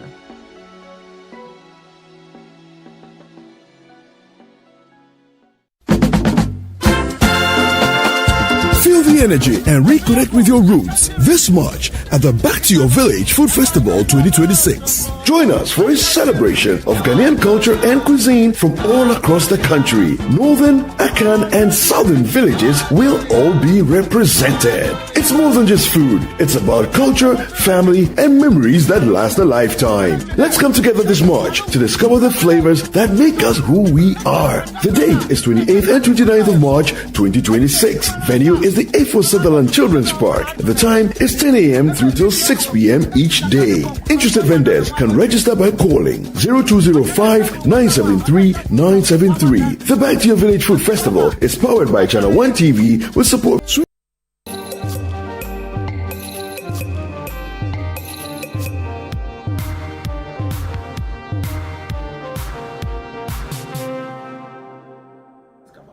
Yeah, welcome back. You're still watching the Big Issue, coming to you live from our studio here in Accra, also live on City 97.3 FM. My name is Sami Riafe.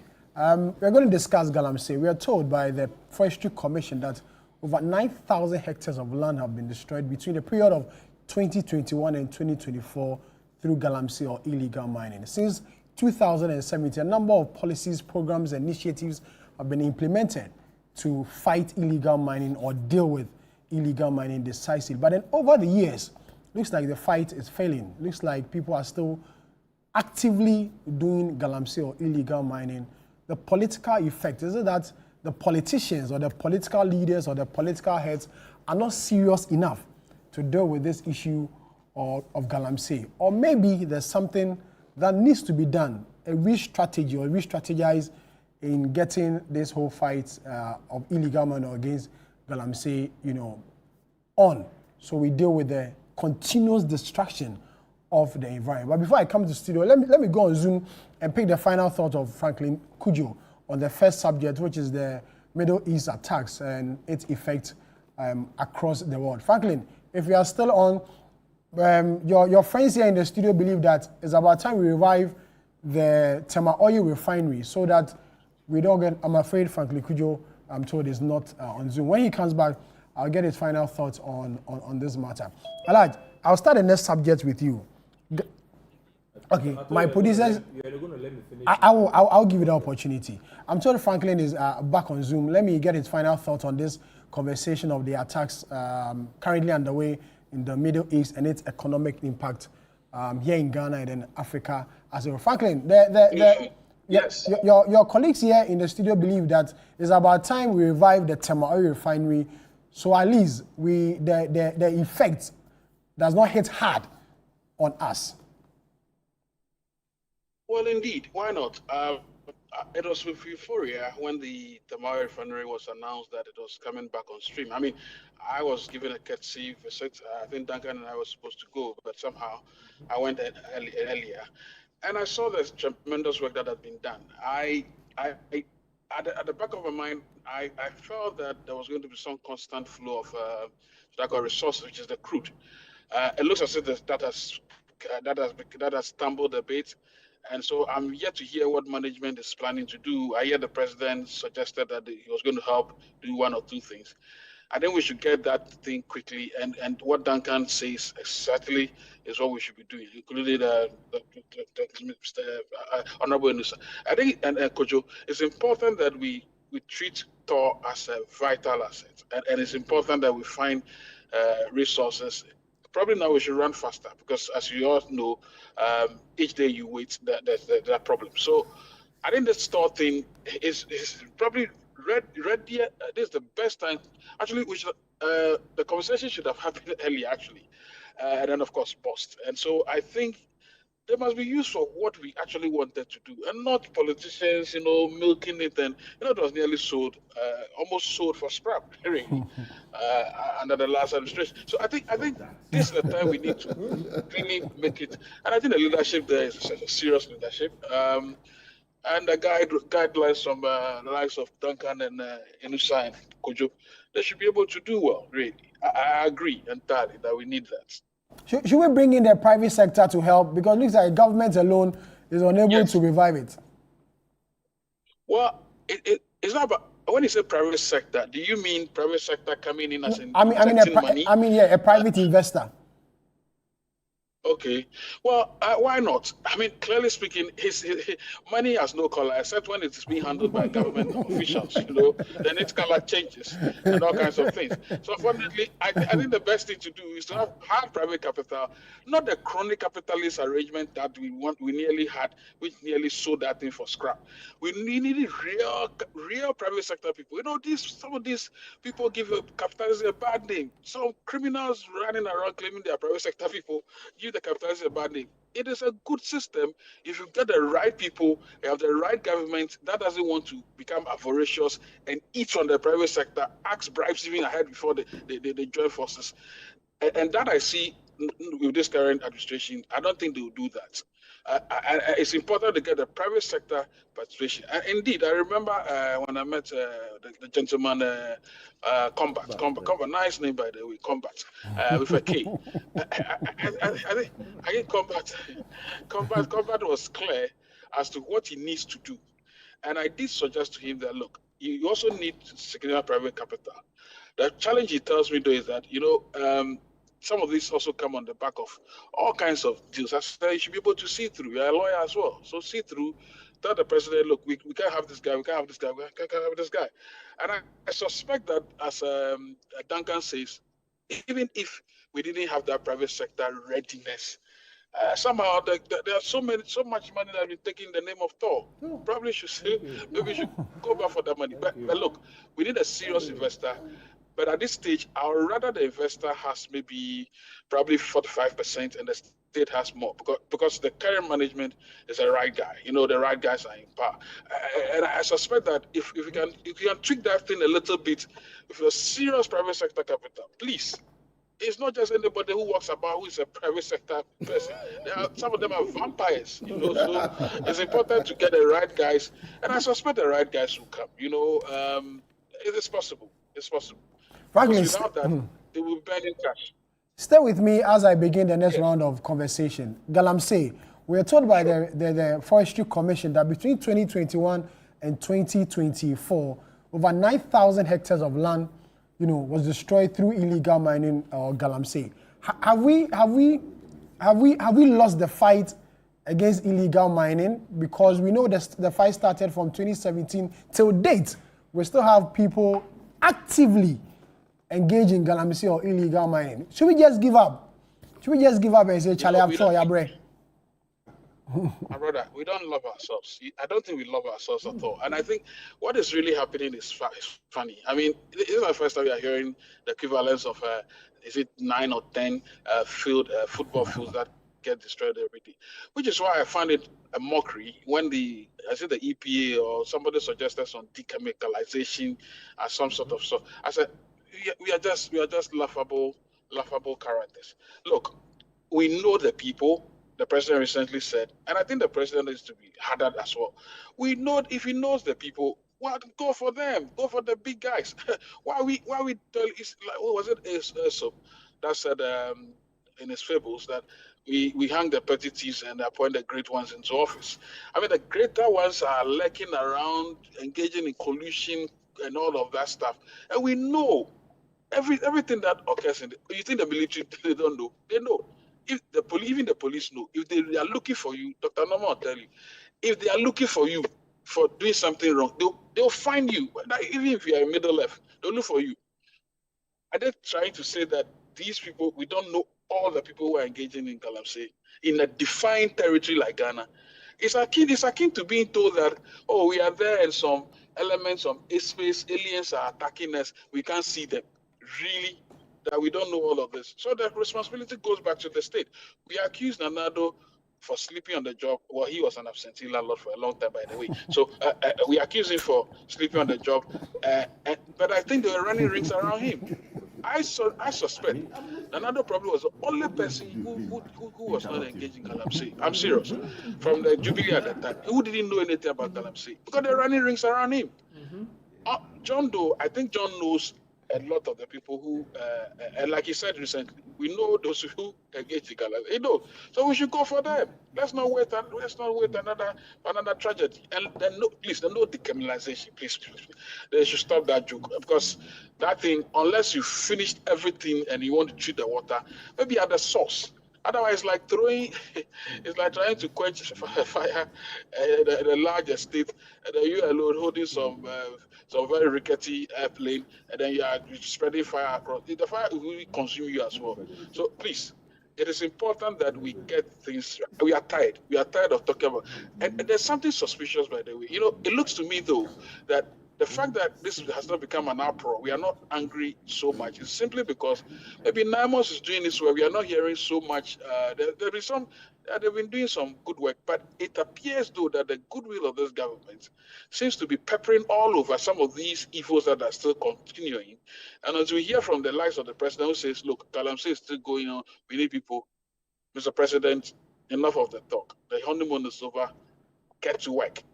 Get the Galamseyers. Let's deal with them and let's have some refined water.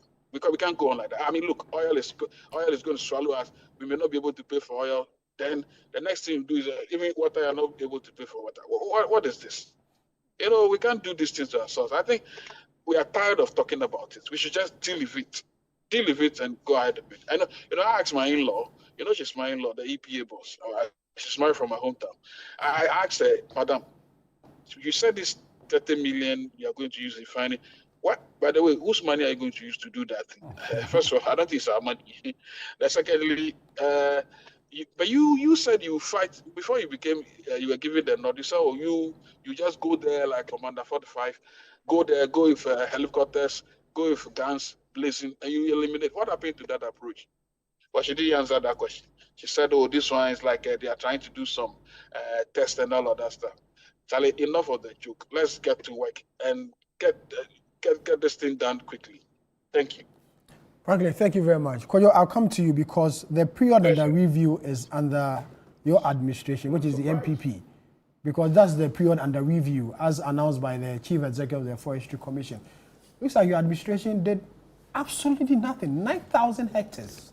That's huge. You see, if anybody says that administration did absolutely nothing, it's really unfair.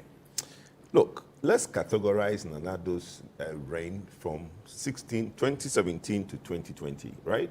And then what transpired in the election 2020, which I have spoke about numerous times, and then what transpired between 2021 and 2024.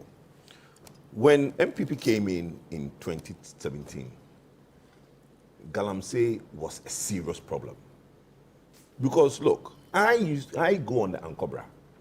As far back as 2012, when I will go to the Ankobra and we have certain sites that we're doing some logging, because we're developing, we're picking data to do these small hydro dams on the Ankobra, so we're picking data. When we go to, there's a place called Maham. When we get to Maham on the Ankobra, the site we need to get to is on the river, so we need to now find a way to get there. We will beg the Galamsey people to give us their canoe. 2012, right? We will beg the Galamsey people to give us their canoe, and that's the canoe that will take us to the site where we take the readings. As we are going on the Ankobra in 2012, The people who are on the bed, riverbed, on the Ankobra riverbed, Galamsey on the riverbed of the Ankobra will be waving at us. So it was nothing new when MPP came in 2017. We had 4 years of intensive Galamsey across the country. Way before that, there was a big fight. Bear in mind, in the first 8 months of Nanado's administration, he put a stop. 2 years, not even 2 years. Yeah. It was for 8 years. It was for 8 months, and later expanded and went on for 2 years. Yeah. So we completely stopped it. There was a cry. Everybody was crying. Oh, this is people's livelihood. Affecting local economy. Affecting a lot of people, the civil societies, everybody, including Franklin himself, were talking that, why are we starving Ghanaians from anything? Then we looked at the operations Vanguard at the time. Yeah. Operation Vanguard at the time, and all the things that came into it. Nanado came out and said that I am staking my presidency on Galamsey. Then we went into election 2020. You know what happened? MPP lost all the seats in the mining areas. All. In fact, Upper Denchra, there's a traditionally MPP seat, never won by the NDC. NDC won it. In Jomoro Jura, in the Jura side of Jomo Jura, in the Jura, and this is from our internal, because of the amount of seats we lost in 2020, internally we commissioned an internal investigation. And the report that we got, one of the things that was cited as why we lost that seat was that in the Jura side of that constituency, the Galamseyers were paying the voters to vote against MPP. That is in our internal MPP report. That the Galamseyers were paying voters to vote against MPP, and we lost that seat. So when you have a president who has stuck everything on the line, and we got that 137, 138 in 2020, and we came back, you realize that the fight. Yes, I have said openly in every platform when I was contesting the flag bearership of the MPP that I give Nanado's government 85%. And the 15% was fight against Galamsey in corruption. I've said this openly, right? The reason being that the same energy we used in the first 4 years was not the same energy we had after the last 4 years. And there was a reason for that. Because you see, the fight is a community-based fight. It's a constituency fight. The NDC did all that they could do to make this a political thing, where in the community, they were telling the people that, look, they are not letting you do the Galamsey. When we come, we will let you do the Galamsey. The fight in 2024, demonstration by even Catholic priests went on vigils. Kojo Poku said that if people are demonstrating in Accra, they should go to the communities and demonstrate, not in Accra. People are saying that, but you are issuing the licenses in Accra. When licenses are issued, those are legal mining, not illegal mining. Illegal mining is Galamsey. People try to lump everything together and make it look like legal and illegal, everything is Galamsey. It's not. When government gives a license, it's legal mining. That one is supervised by the Minerals Commission, and it is now policed by every law, and they are supposed to do reclamation at the end of that license. What you see, the water body pollution, all the things that's going on is the illegal mining. You heard the stories. Oh, there are MPP kingpins that are doing illegal mining in Ghana, and when we come, we will arrest all of them. Let's pause there. 14 months on. Has it stopped? Can you tell me that there is an MPP kingpin who is doing Galamsey today that the NDC have not arrested? Are you saying that there are people who are so aligned and deep-seated in the MPP that today are going around brazenly fighting the military, as we saw in the Ashanti, Mankrasu area, where the community were fighting the police? Do you think they're MPP people? It's not. We've been told that there is the licensing of all excavators. They've been tagged. So if the excavators have been tagged and licensed and all the thing that's going on, how come there is still Galamsey going on?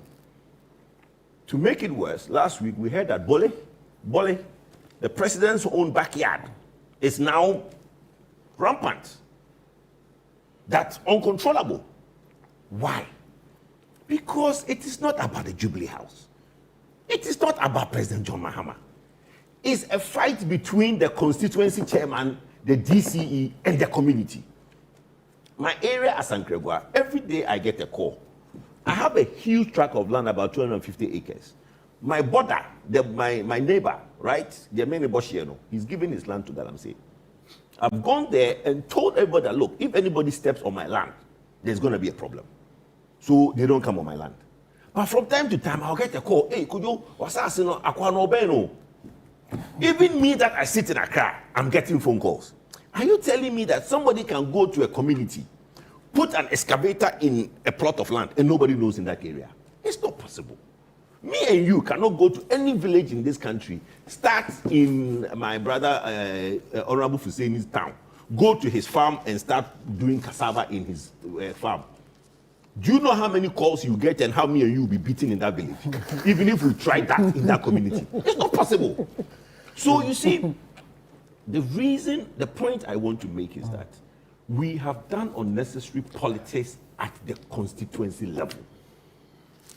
And I hear the NDC trying to say that, oh, it's a national fight. Let's do Kumbaya, let's join hands and fight it. It's late. Okay. Because you told the communities that they should vote against this guy. When you come, you let them do it. That is why the NDC chairman in the constituency, the DCE, and all the leaders who support NDC now feel emboldened because their party is in power and they will do as they wish. Okay. Kojo, thank you. 5 minutes is up. No problem. Alaj, there's accusation that the establishment of the gold board and the government decision to buy gold from these small-scale miners is increasing the activity of Galamsey or illegal mining. How do you respond to such accusations? There is no evidence to that. It's a perception. There's no evidence whatsoever to that assertion. So I would like the wonderful question that he ended his submission with. How come that a person can be doing Galamsey or illegal mining in the community and nobody will know about it? That was the question I asked Nana Akufo-Addo. So after the first attempt at fighting Galamsey failed, and they under Samuel Jinapo, and they reconstituted the committee to try to fight Galamsey, I chaired the first conference at the National Theatre, and that was the question I asked Nana Akufo-Addo. It simply does not make sense. You can't have, there's no land in this country that's not owned by somebody. True. And these people can behave with impunity. You see, the report is talking about what happened between 2017 and 2024. Aggravated in 2021 to 2024. Yeah. That's what the report is talking about. It's not the report. The 9,000 acres was destroyed before 2025. That's what the Forestry Commission is. But they were specific with a period.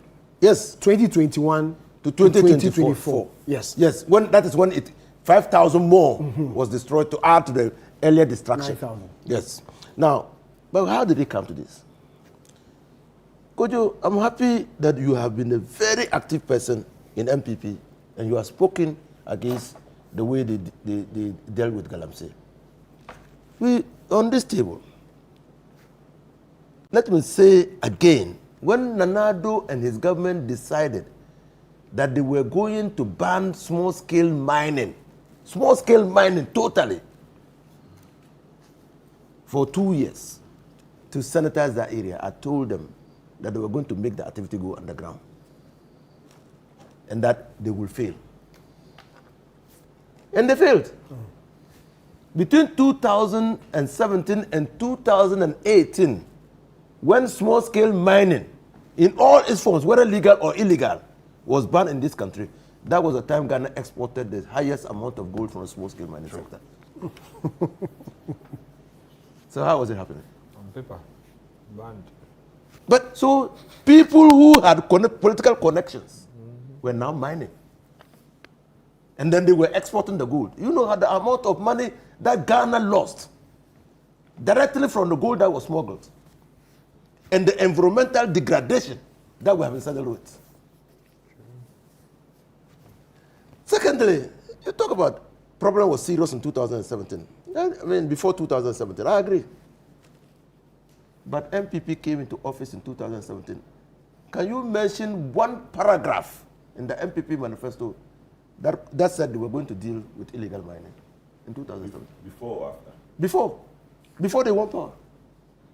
Nanado only rode on the media coalition against illegal mining to assume the fight. It was not in MPP manifesto. So whereas you saw it in 2012 as a problem, in 2017, MPP did not see it as a problem.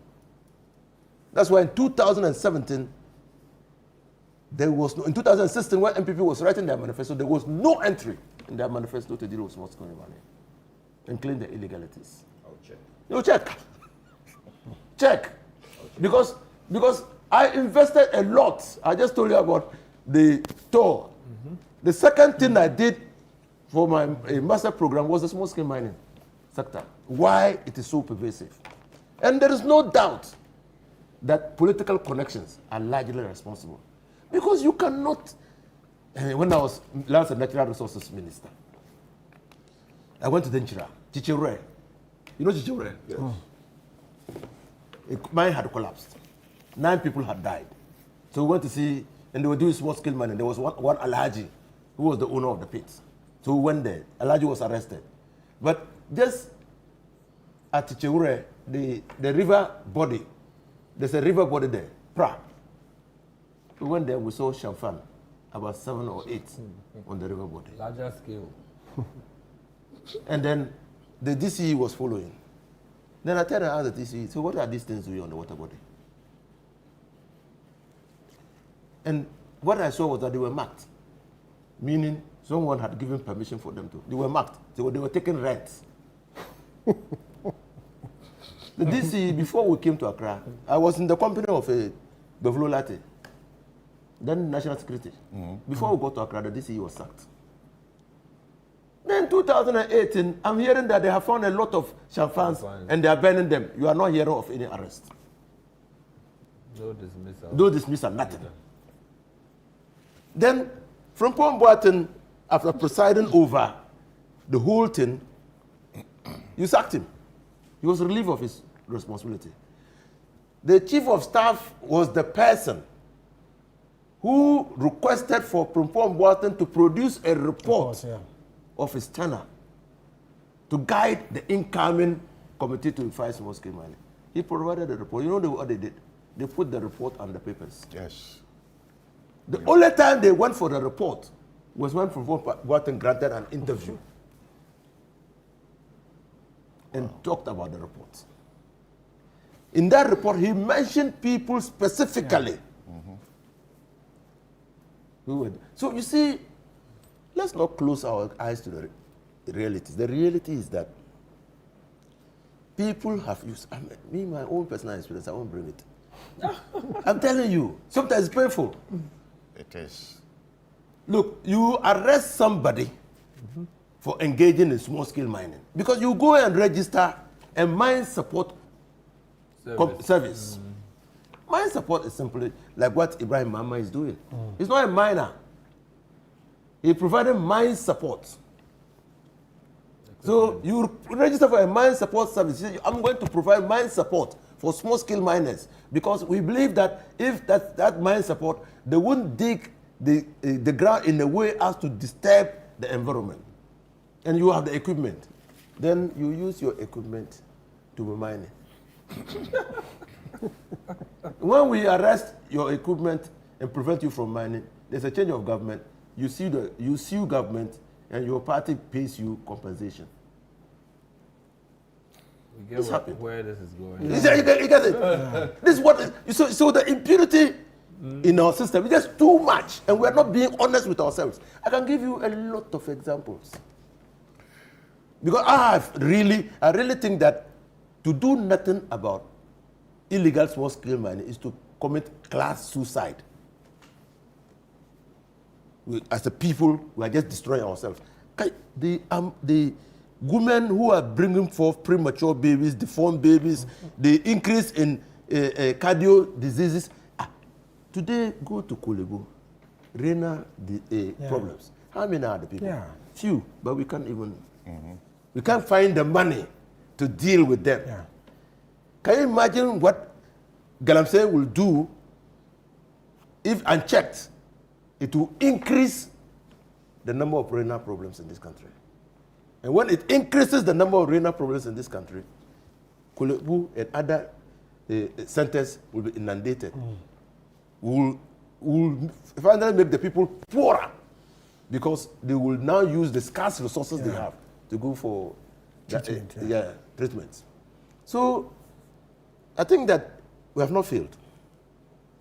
I think that progress is being made, but the progress is slow. That's my honest view. Progress is being made because all the forest areas which were the fiefdoms of Sir John, because he was chief executive. The forever will. Yes, because he was chief executive, no one could enter the forest reserves. So he actually had a company, a group of people who were mining in the forest areas. And if we say that, you know, my language, they say that if the chief cuts or his hair in a certain style, which mimics that of young men, then what will young men do? If the chief executive himself is doing that, the flag is. You remember the chiefs of somewhere? They did a press conference and said that it was the chief executive, Sir John, who was mining. They were not mining. And that if they wanted to bring Galamsey under control, they should sack the chief executive. Nothing happened. And then he had the effrontery to even put it in his will. So these are our problems. One, I say, look, John Dramani Mahama, we love you. We think that you are doing well. But give your DC's key performance indicators. Open direct communication to you with Galamsey. Hey, Edoji, you are doing well. Gold board. Sami Jaffe. Sami Jaffe, gold board. Sorry. Sami Jaffe, gold board. But open direct communication to you, just like you are doing for people who are buying the gold and diverting. Just do that exactly. So that they will report to you who are these people who are doing the illegal mining and destroying the environment. Because if you open direct channel to a high up like Sami Jaffe or to the president's office and the information gets there, he'll be compelled to act. Yeah. And we've seen that when information got to him in connection with two executive officers of the party, he acted. But like people say, till now we've not heard anything from that. But he acted. He referred. It's a different case. Putting names across, investigations are on, but it's been months. So it's been months John. and we've not heard anything about it. I'm saying that it's not John. He referred the matter. He didn't say that, well, when the information came, okay, I've seen it, and put it under. No, he acted on the information. It's important. Effectiveness and efficiency are different. Whether the office that he referred the matter to have acted effectively is another matter. We are waiting for the report. But the president can order the office to also come and give an update. The president can ask for the update of the report. And make it public, like the same way the referral was made public. Well, I'm saying that the president can ask. So I know John Dramani might be listening to us. So he can ask for the report. But he acted. That's efficiency in government. That when things have to be done, they have to be done. Okay. And so, yes, it's a disaster waiting to happen if we don't rein in Galamsey. Communities. Let me call Chiche Ure. I went to Chiche Ure. You know what the Queen Mother said? He said, here, we are small children. Who, they go to school. The Galamseyers, when they dig the pits, they don't cover. Our children risk falling into the... Yeah. But because they are stronger than us, I say, what is disturbing is that? I say, you spoken tree. No one says, Sika Coco, I will assume.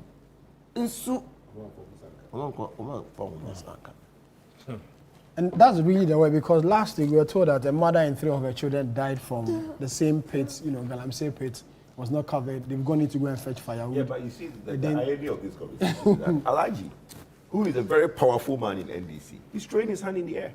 No, and then you misled. You have misled all the. I'm not throwing my hands into the air. I'm just saying what is being done. I'm not sure Alaji is. No. He's giving up. He's not giving up. I'm saying throwing his hand in the air. No, he's asking the president that he's slow. No. But you see, I'm not saying the president is easy. slow. I'm saying that it was John Dramani Mahama. But the president himself has admitted that it's not easy. So the why president do they himself do has that admitted politics that. with it? What I'm saying is that- Unnecessary politics. So I'm saying that It's not it's easy. the president himself who constituted me into the chairman of the task force of the committee that at the time I was minister for the lands and natural resources. And at that time, we deported more than 5,000 Chinese nationals from this country. 190 something West African citizens. And for the Ghanaians, we were not counting them because this is their country. So we were arresting them and sending them to the police stations. So the president is aware of the gravity of the situation. But your argument, and I always find it laughable when MPP make that argument, that they lost election a number of seats in 2020 because of their fight against illegal mining. So 2024, when you further lost it, what was it about? No, but that's still the ongoing situation. No, but the point is that it's still. Thank you. That is why you are now. You see the problem. The point we make. You had 160 something. No, the you had point we 160 make something. is that Okay. 169 also. But the point we Then- make is that the then- reason that you are having a problem. 137. I'll give an example. In Wasa. Let me conclude. Let me conclude. You can come. Let me conclude. Alaji is concluding in the next 30 seconds, So so you come you had in. 168. You came to 137. 138. 137. No, 138. The balance of power was the With Fomina. No, I know, With the but He Fomina. was not But he's an MPP. No, he was sympathetic to the MPP. But now he's come back to Now MPP. he's come back. But at that time, he was Independent yet. Because you virtually sacked him. We said you don't try that. You refused. I was in parliament. Now, you said that you came to 137 because you were fighting Galamsey. No.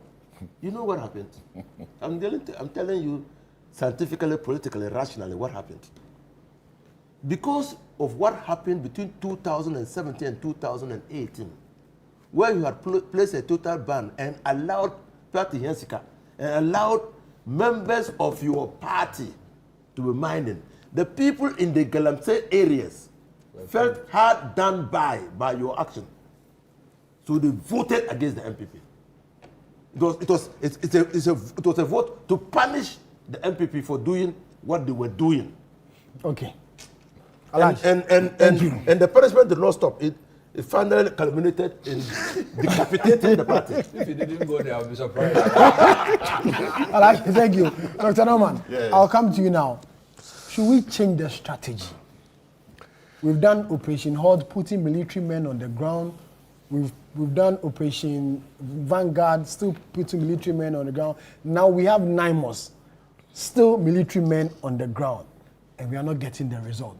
Should the strategy change? Thank you. I believe that my brother Franklin Kujo is witness. We met at your same studio in Adabraka about 3 years ago.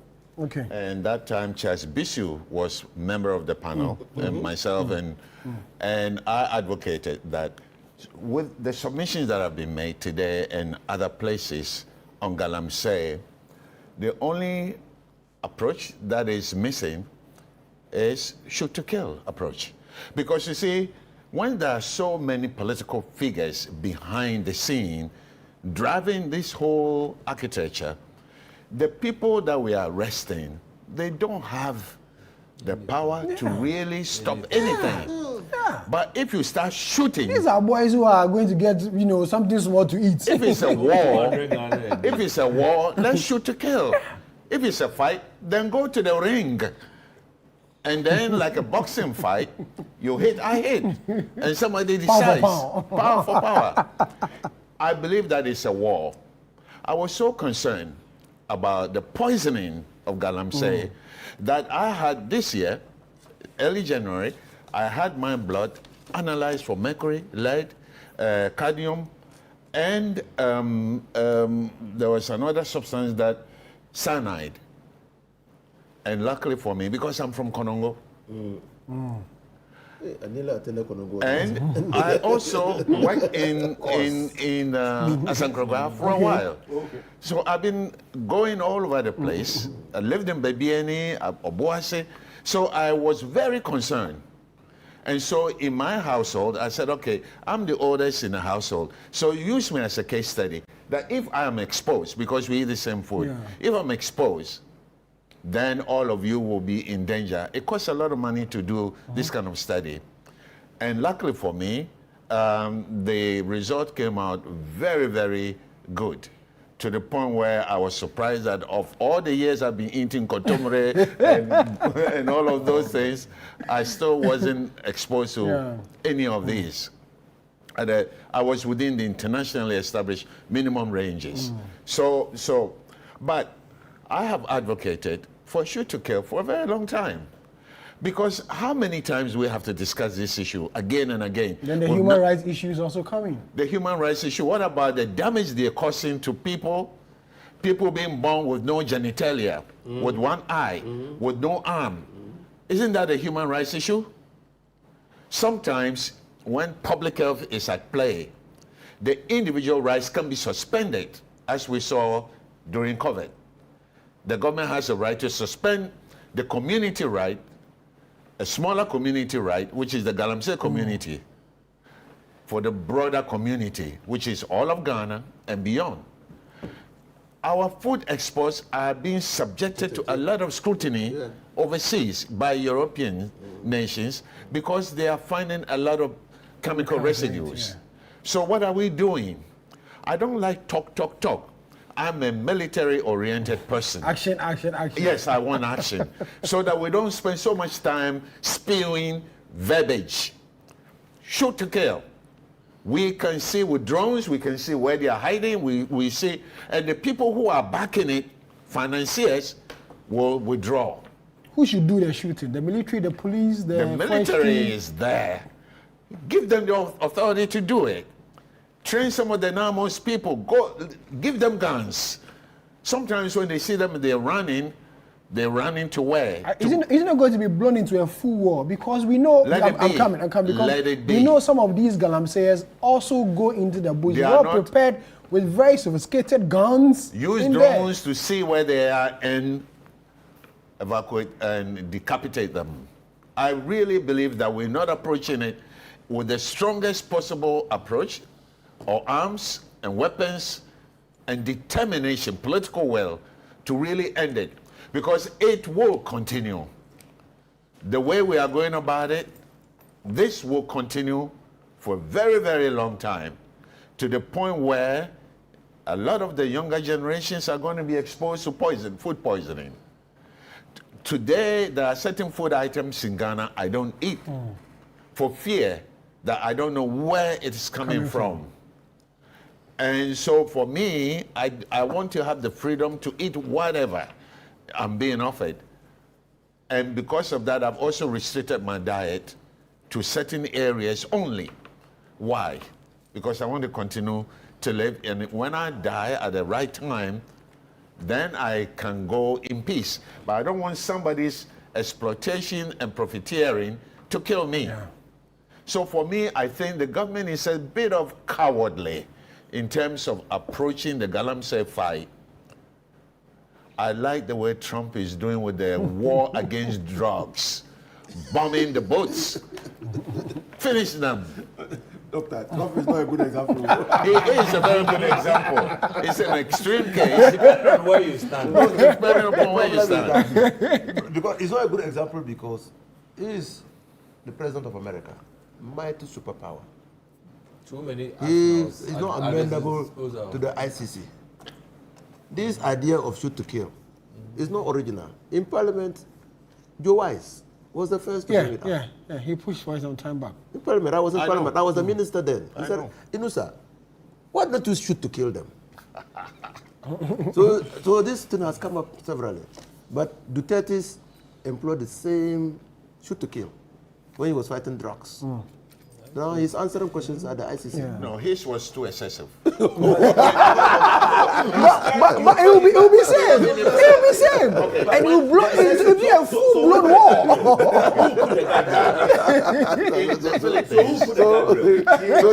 You see why Trump is not a good example? Because he's powerful. He don't work as anywhere. In the Philippines, he was approaching people when they were at home. This should apply in the field. And then when you know that they are back home, arrest them. You don't go to their houses and hand them down. When we're in a canoe and they're waving at us, we shoot them. No. When you are in a canoe and they are mining, yes, they are mining. Then they shall find on the river. Then you get rid of them waving at you. You get rid of them. Because warning after warning, they are not listening. They are in the field mining. It is in the field that you shoot to kill. But when they run to the town, pursue them, arrest them, and prosecute them, jail them. I was so sad when we eliminated the death penalty in this country. It is made it very possible for a lot of recalcitrant recidivist behavior amongst a lot of criminals and people who are attracted to criminal conduct. We should bring the death penalty back. There are some people, according to human rights, that should not be amongst us. They shouldn't. No, I don't agree. It will take your time. He's wrapping up the next 1 minute. Then I'll come to you. You are okay, all right. I agree.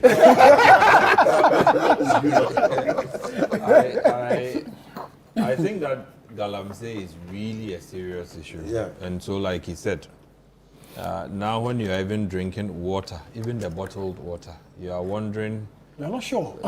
Exactly what are you consuming? Food is a big problem because you don't know cyanide and all those chemicals, whether it's found its way into what you are consuming. So I agree it's a big problem. Same, shoot to kill sounds good on paper, but in practice, it will lead to capricious, arbitrary usage of weapons by the very people you expect to target or protect the environment. If they aim for just anybody at all, you know, in Ghana, you've had situations where even normal policing sometimes will go to the extreme, where innocent people are sometimes killed, guns are, you know, put beside them, and then you are told they're engaged in robbery, and the communities come forward to say that these are people who are not armed robbers, and that they've been killed, you know. And so I think that we need to be a bit careful with the shoot to kill, because the people you find at the sites, right, engaged in the physical activity are usually laborers who are there for the daily skip. The 200 cities, the 200 cities, the 300 cities they will earn to go home, buy something for their family to feed. They are usually not the problem. The core financiers, you will not find them at the sites. He's paid for the Shanfang, he's paid for the excavators, the bulldozers, he's paid for everything. And then he has, you know, a front man who assembles the hands. So most of the hands you will find there will be community boys. Yes, yes. Guys, sorry to say, strong enough to engage in the physicality of mining, Sami. We've arrested these guys. We've put a lot of them in jails. You know why the problem is not going? The funding of the problem, the root cause of the problem, has still not been identified. So we are only attacking the symptom. I come, Same, you are sitting here. Oh, okay, you are City FM. Might be the owner somewhere. Might be somebody who deployed you to this, right? And I think that on that, intelligence gathering will be very essential. And this is why I think that agencies like the National Intelligence Bureau, National Security, instead of getting their men wielding just the Gota, buying Gobe and, you know, the Kofi Brookman pointing it, you know, impressing girls sometimes. You should be able to plant a lot of your intelligence officers even to engage in the mining with the people. Just because you want to unveil who exactly is behind this, if you assuming we don't know already. If we know, and you still need the evidence, you might need to do a lot more intelligence work, right? Once you're able to get about 5 or 10 of the kingpins, the proper kingpins, you realize 100 of the mining sites, you've taken care of that already. Because the same people that they will finance something here, will go and finance something, somewhere else, and they have the money, they have the knowledge, they have the understanding. I sitting here, I don't know anything about mining. So if I come and you even tell me there's gold here, I wouldn't know how to go about it, unless you give me cutlass or a hoe. Then I start digging, hoping that I'll find something sparkling, or I don't know. But those financiers are very much aware of exactly what they are looking for which they commit the young men with their physicality. I do think that we should take a different approach. If we don't, we would only go on arresting young people who, for lack of opportunities in those villages, in those communities, are only recruited to come as the physical, bit. The financier will not go and stand at the site, right? Close to the water body and be doing his own thing. Meanwhile, the financier, if he was minded, it would be easier to dig a borehole, right? Try to get water, pay for a water system, right? If you need to do your washing, do the borehole as many as you can, right? Get as many polytanks as you. If you want to do community mining, I think that there should be some responsibility on you. But because they do not want to invest, right, in the water system, they will rather resort to the natural, water environment. I was in the Western region not long ago. Is it the Ankobra or Same? When I saw the color, right?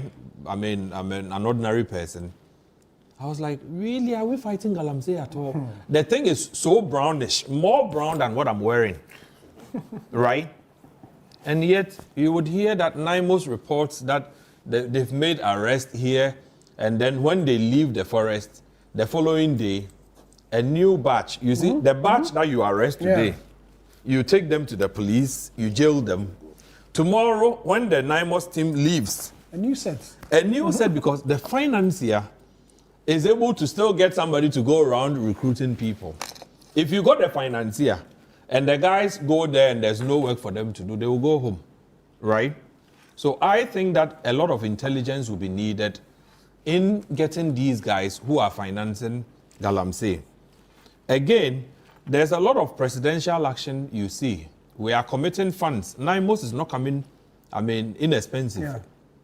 We are spending monies. The last time myself, Franklin, and a lot of the CSOs met with the president in the Jubilee House to discuss Galamsey, we were even told that the budget we make for NIMOS is not enough. Yeah. Again, the pits that are being dug, if you needed to go and reclaim those lands, if you hear the cost, it is staggering, it is scary, and yet the front men, the Galamsey boys, are the only ones we are targeting. If we had gone for the financiers, the bigger boys, right, confiscated a lot of the assets that they've made, we have been able to seize funds, right, from the activities, the illegal operations that they have been able to undertake. I think that the nation will be able to pay for not only reclamation, but even the fight thereon. Those frontmen, the boys, look, if you arrest 1,000, like lawyer Inza said earlier, they arrested 5,000 Chinese.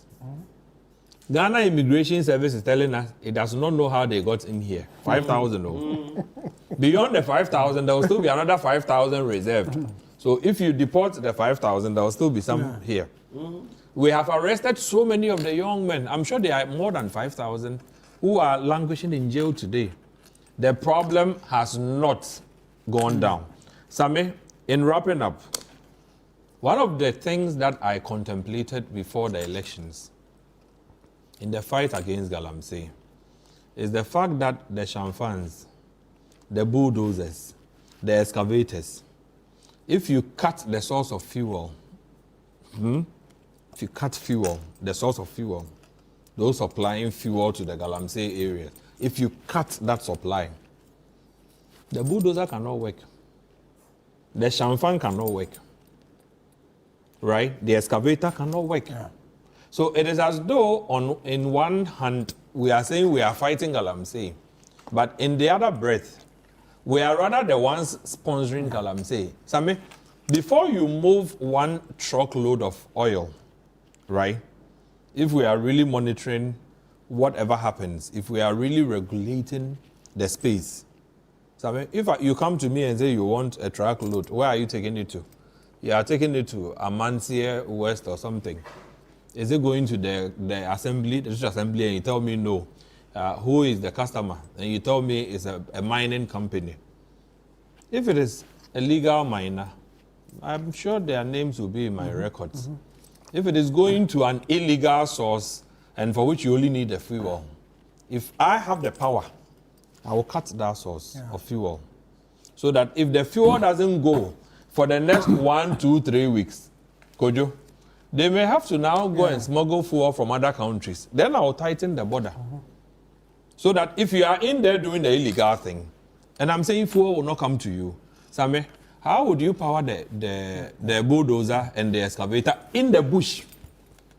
We take the fuel to them, they load them in gallons, put them on abobo yas through the bush, right? If the fuel doesn't go, the machine will be idle. You can't go on, destroying the environment. So we may need to think out the box in the fight against Galamsey so that it doesn't become one government, Kojo Poku's government came in.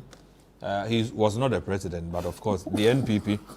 But he wanted to be president. 1,800. Of course, he deserves to be. Yeah. That if Kojo goes, I'll vote for him. You know, maybe be his running mate. I may not be because energy people, you may need sometimes a blend. You see, when they were issuing 1,800 licenses, I wonder what they were issuing them for. Right? For solid gold.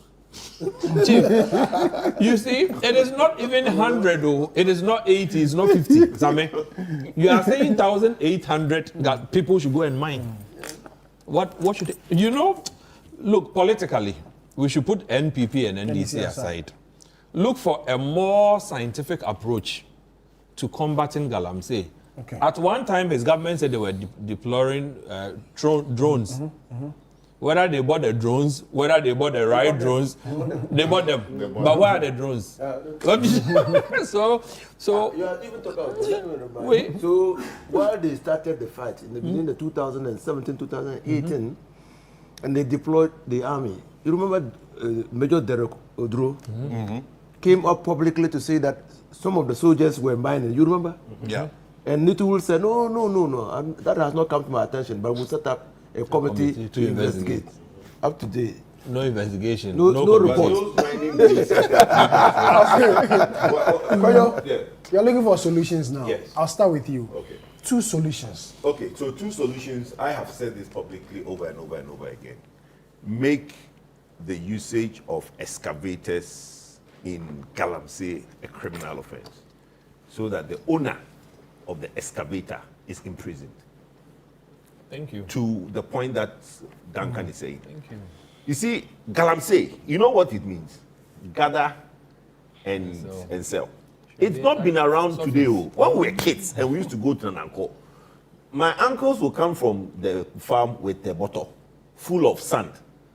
They use the assault and shovel to gather areas where they think there is gold, put it in a sack, come home, and while they are home, they use mercury to now go through the sand.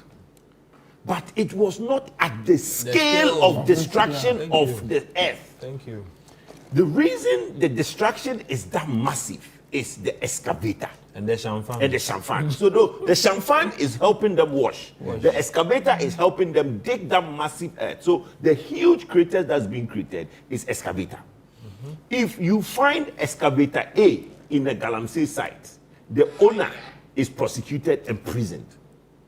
My brother, all those in East Legon, Cantonment, and all these posh areas will stop. They'll all go to jail. Of course, because they will stop the investment. Like to the what Duncan is saying, you see, the 2 parties, and I agree 100% that we, like what President Kufuor said, we pretend paying workers and workers pretend to work. We are pretending to fight Galamsey, right? But those that are doing Galamsey, an excavator costs more than $100,000.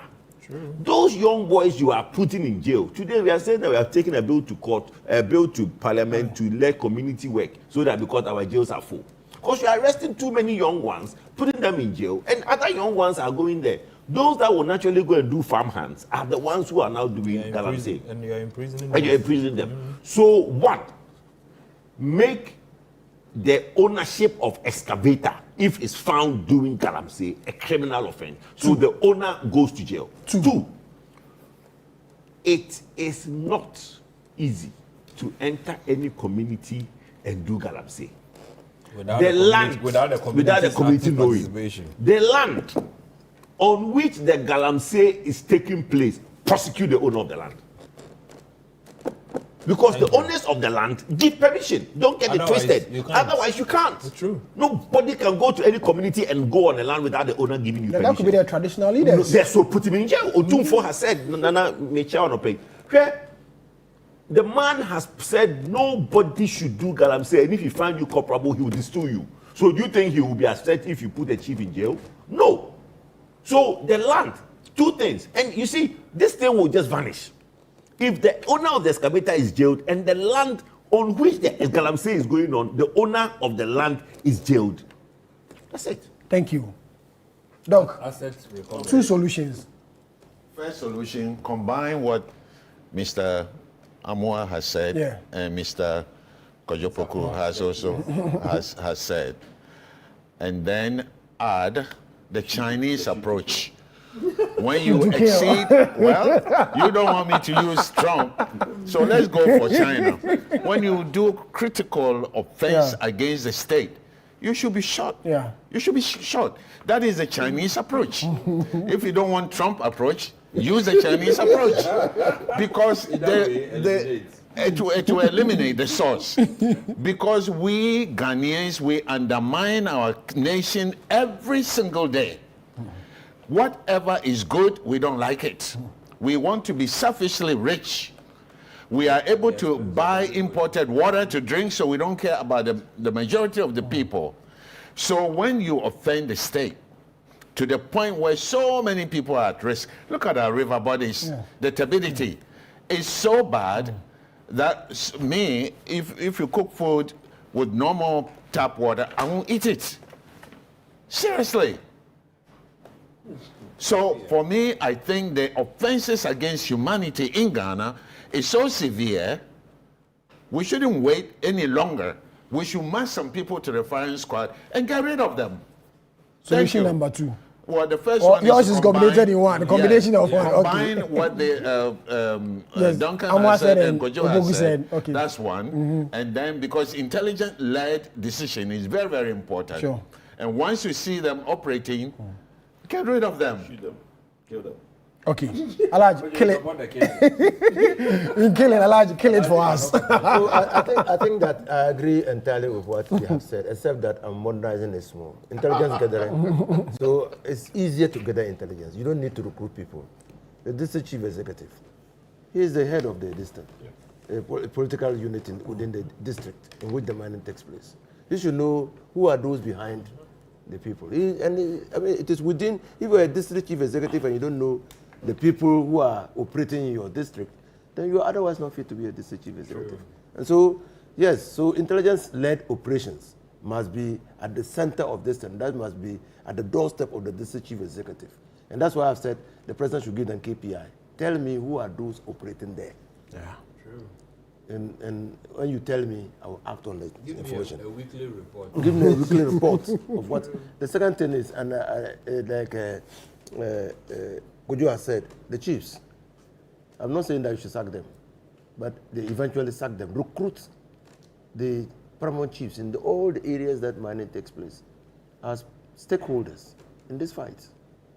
Because they install or enskin the sub-chiefs. So recruit them. And the late Offensohene, I doff my hat to him anytime I speak. When they were talking about stool land revenue, and it was not coming. And they came to my office at the Ministry of Lands and Natural Resources. And then some of the chiefs were complaining that Galamsey is on the increase because they are not getting anything. So when you are sitting in the palace and somebody comes, Nana, and that I want to do something here, some land here. You are not getting money to run the stool. So you take it and say, okay, collect it. Then they go. So then the offensive said, oh, no. I say, offensive. I'm from offensive, I'm offensive. My town does no Galamsey. Mempe, I won't allow it. So whether you count my palace or not, I won't allow it. The late offensive, he said it to me. And I said, oh, all the other chiefs must learn from him. It's possible. Well, is it not possible that he is well resourced? Probably he's or maybe there's two resources enough. You know, the others don't have it. Outlook, like we have said, Galamsey is so dangerous that to refuse not to confront it. It's even more dangerous. It's more dangerous. True. And in fact, it's complicity. If you refuse not to confront it, you are complicit in the destruction. True. That's why there's a global movement to turn environmental crimes into crimes against humanity. Yeah. So if it succeeds, then you are here doing Galamsey, and we are pursuing and you run away, you can be arrested elsewhere and tried for crimes against humanity. True. You know the problem. Let me add to what I like to say. You know, before you have to go into the deep forest or go on a canoe somewhere to see Galamsey. Now you know you don't have to. No. Now you are driving. You are driving and on the main road. I tried to Kumasi not too long ago. The Konogu Road. The Konogu Road. I'm on the main. Everybody sees the officer. I'm on the main Kumasi Kumasi. You can see what I'm saying. Let me tell you something. In Ghana is the only place. If you enter any village or any town and you ask about the national security person, everybody knows who it is. Yes. Why? You are there to gather intelligence. I don't know that you have this thing. But it's true. It is there only. They walk around with the big chest. And they go there. And they tell everybody who they are. They actually tell the girls in the town that, oh, I'm from national security. In the first person, you can ask anybody in any town who the national security person is, and they'll go and tell you. You are supposed to be there, embedded to gather intelligence. But everybody knows who you are. But it's now status. Yes. That's the problem. So you see, the problem is not that we don't see it. Now they're so emboldened that it is right there in your face. And we just walk and drive past it. That is why I'm saying that. That's why I'm saying that the fight. Yeah. And I'm sure, you know, my brother, when he speaks, I listen quietly, and because I know he has the ear of the president. And some of these things we are discussing, I'm sure he'll call he had the president on speak out. And he'll tell the president that, look, we went on the show, these are the things that the young guys, Duncan and Gojo, are saying. And you might see some of these things coming up. Okay. The most important thing is that they have done unnecessary politics with it. And we should get an apology. Kojo, you are taking us back. It's okay. You are taking us back. You are still watching the big issue coming to you live from our studio in Accra. Also live on City 97.3 FM. We've got 15 minutes to check out of the studio. 6th March, Ghana was 69. And a lot of people have asked questions. Is it where we are supposed to be? Should we be proud as a country 69 years of independence, and what our forefathers did? Is it the vision, the aim, and the expectation that Ghana will be where it is after 69 years? I asked my panel if indeed 69 years of independence, are we okay? Are we as a country good enough to call ourselves an independent country after 69? Duncan, I'll start with you. I've got only 15 minutes, so I'll give you just 3 minutes. 69 years. Should we be proud, or should just normal yearly celebration? This is one of the Independence Days that in my 45 years on earth. when you see someone. Why are you lying? Say you're not going to bless on earth, even though the No, in my 45 years on earth. You will not stop mischief, don't worry. This is one of the most patronized. I don't know whether it's because of the Ghana Jersey, social media buzz, but every Ghanaian seemed to be happy to associate with the red, gold, green, and black. It might be for a reason. Maybe they are happy being Ghanaians. But even if they are not happy, there are a few things that I think for just being a Ghanaian, you should be happy about, Sami. There are other countries that we look up to them and we are happy that they have the standards of living to back it up. They have the GDP or GNP and per capita, right? People are resourceful in those countries. Some of those democracies or countries have been there for hundreds of years. Ghana is less than 70. So if Ghana was a man, it will now be approaching a full life, right? Yeah. In 69 years, as a secured country, I think security, we should applaud ourselves. We should. I have done a few travels here and there. There are places that you will not even dare step out when it's 6 p.m. or 7 I know, right? in the night.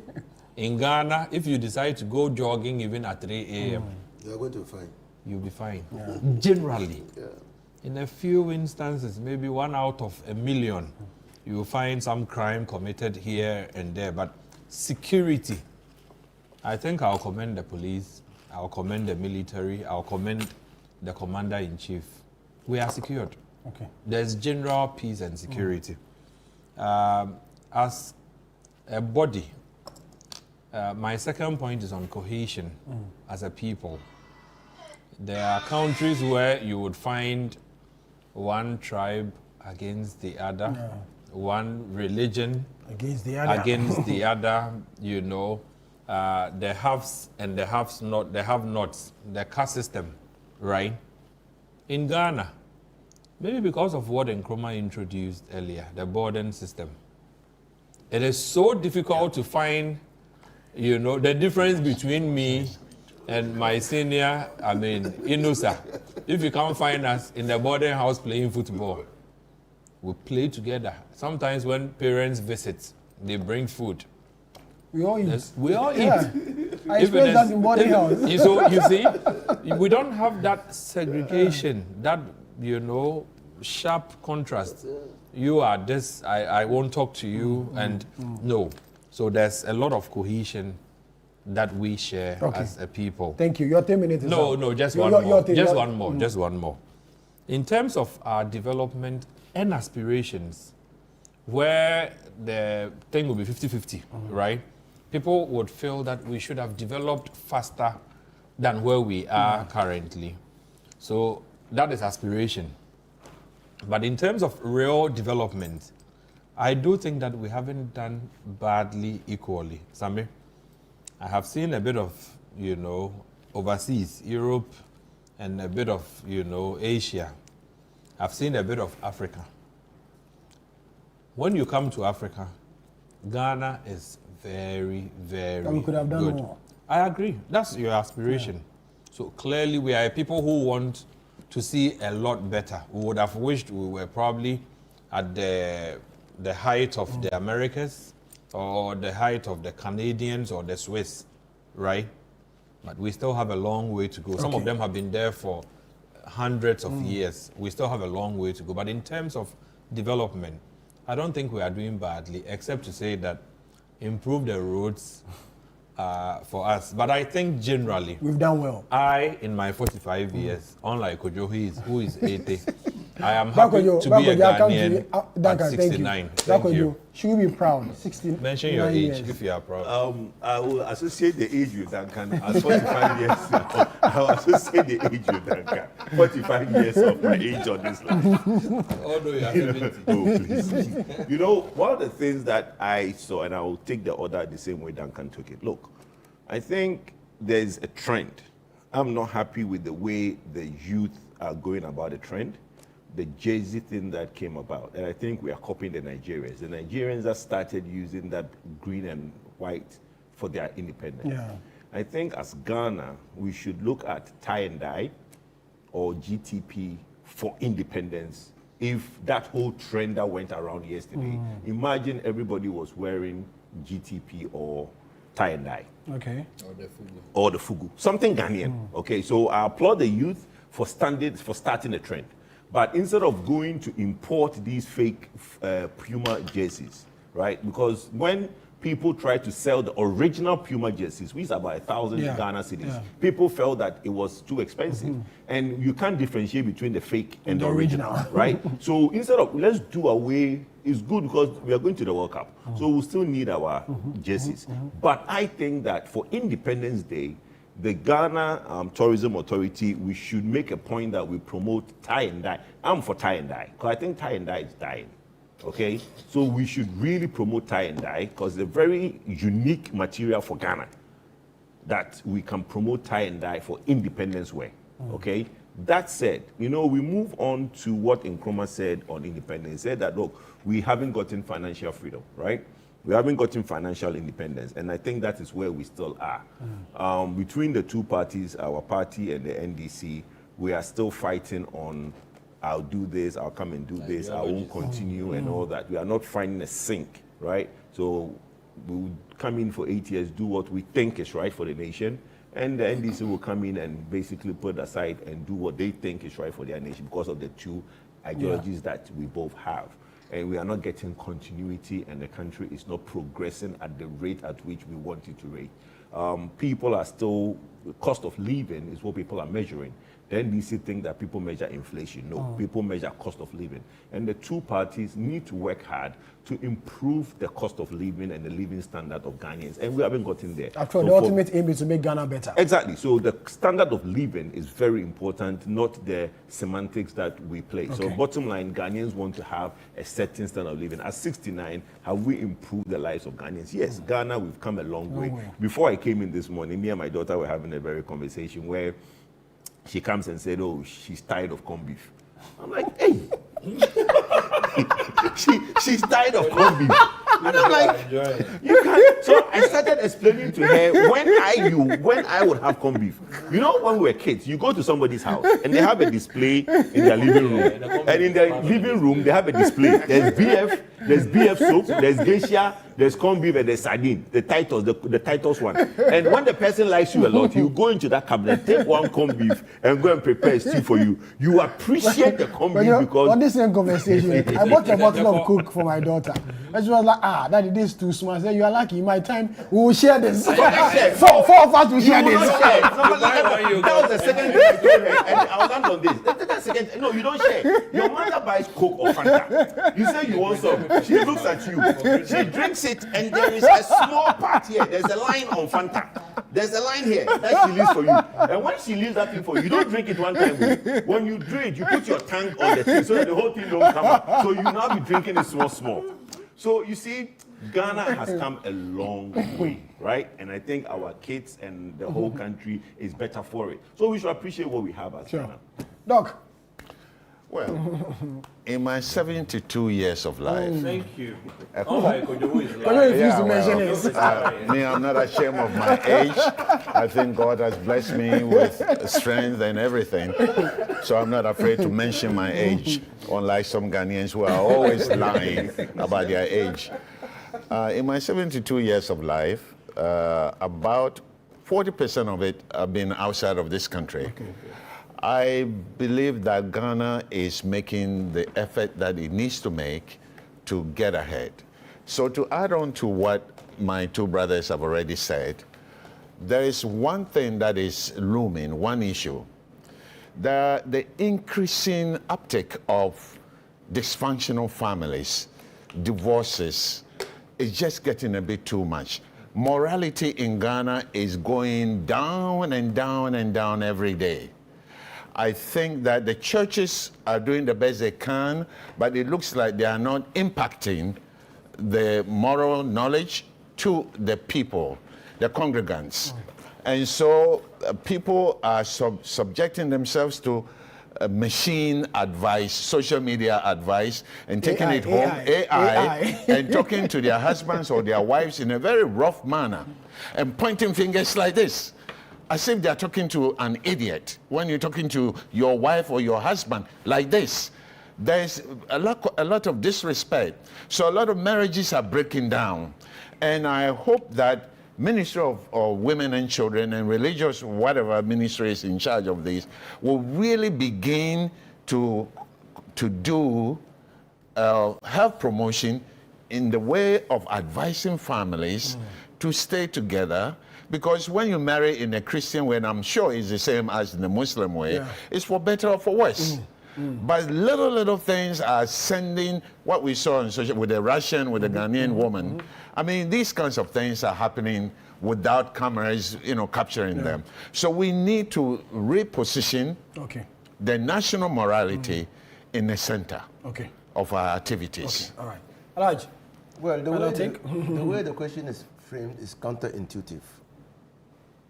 Because Ghana today is definitely not Ghana in the 1960 or 1957 when we became independent. Even your area that we are sitting, so many years ago, it was part of the Fadama area, Waterloo. Today, look at the number of buildings which are here. So, are you jealous? No, it means that we are developing. So this discussion is aspirational. Where do we want to go? We should have been more than this. So this is aspirational. For development, we have developed. I mean, at independence, how many double roads do we have in Ghana? So we are developing. That's why the theme for the 69th anniversary was building prosperity, restoring hope. It's also aspirational. How do we make sure that people can be richer and have more disposable income and then spend on their families, on their needs and whatnot? And how do we restore hope so that you don't ask whether 69 years you will be proud? You don't ask that question, So it's work in progress, but we have achieved a lot. And President Mama always says that development is incremental. Sometimes you don't even perceive the increments. They are so done in such a way that beats. And then before you realize, I remember when the Nigerians first came to Ghana and saw our Terminal 3. They said, how can Ghana have this Terminal 3 and we don't have this Terminal 3? And the airport enclave, when Rollins came up with that idea, that you have an enclave where only high-rise buildings are, But before, in the past, even airport itself, where Kotoka statue used to stand, look at, can you identify that point? No. So we are developing. And our aspiration is that we should develop more than this. Alaj, thank you very much. Franklin, I'll take your final thought on this. 69 years, Alaji says we should be proud. At least development is a gradual process. Hello? Can you hear me? I can hear you, Franklin. Can you hear me? All right, great. So, interesting. 69 is almost 70. I know Dr. Norman. I'm sure Dr. Norman is a grandfather right now. He's 72. By the way, so 69, 70, you're almost like a grandfather. I would have thought that the grandfather would have made sure by now that the grandchildren would have, access to decent healthcare, transportation, good education. Those things are still lacking. Sadly. We may have done some ways of progress, but those things are the basis of life. If you can't fix this little thing, what are we building all these big things for? So look, we need to, the branding of the country is beautiful, but the product itself, when it's being presented, I think there are challenges, and I think it's true. We've done well for ourselves in a way. We are a united country, which is a good thing, but we need to move on. And if we want to be like the Singapores, what do they do? NPH, honorable meritocracy, pragmatism, and honesty in public affairs as well as in private life. Thank you. Thank you, Franklin. Thank you very much. Franklin Kujo, President of Imani Africa. You heard Duncan Amwa, Executive Secretary, COPEG, Kojo Nsafwa Poku, I got it right. And a journalist member of the New Patriotic Party. Alhaji Inu Safuseni, former member of Parliament for the Tamale Central Constituency, former Minister for Lands and Natural Resources, and former Deputy Energy Minister, and Dr. Ishmael Norma, a security analyst. You join us today for another exciting edition of The Big Issue that came to you live from our studios here in Accra and also live on City 97.3. So come away again next week. May the good Lord be with us all.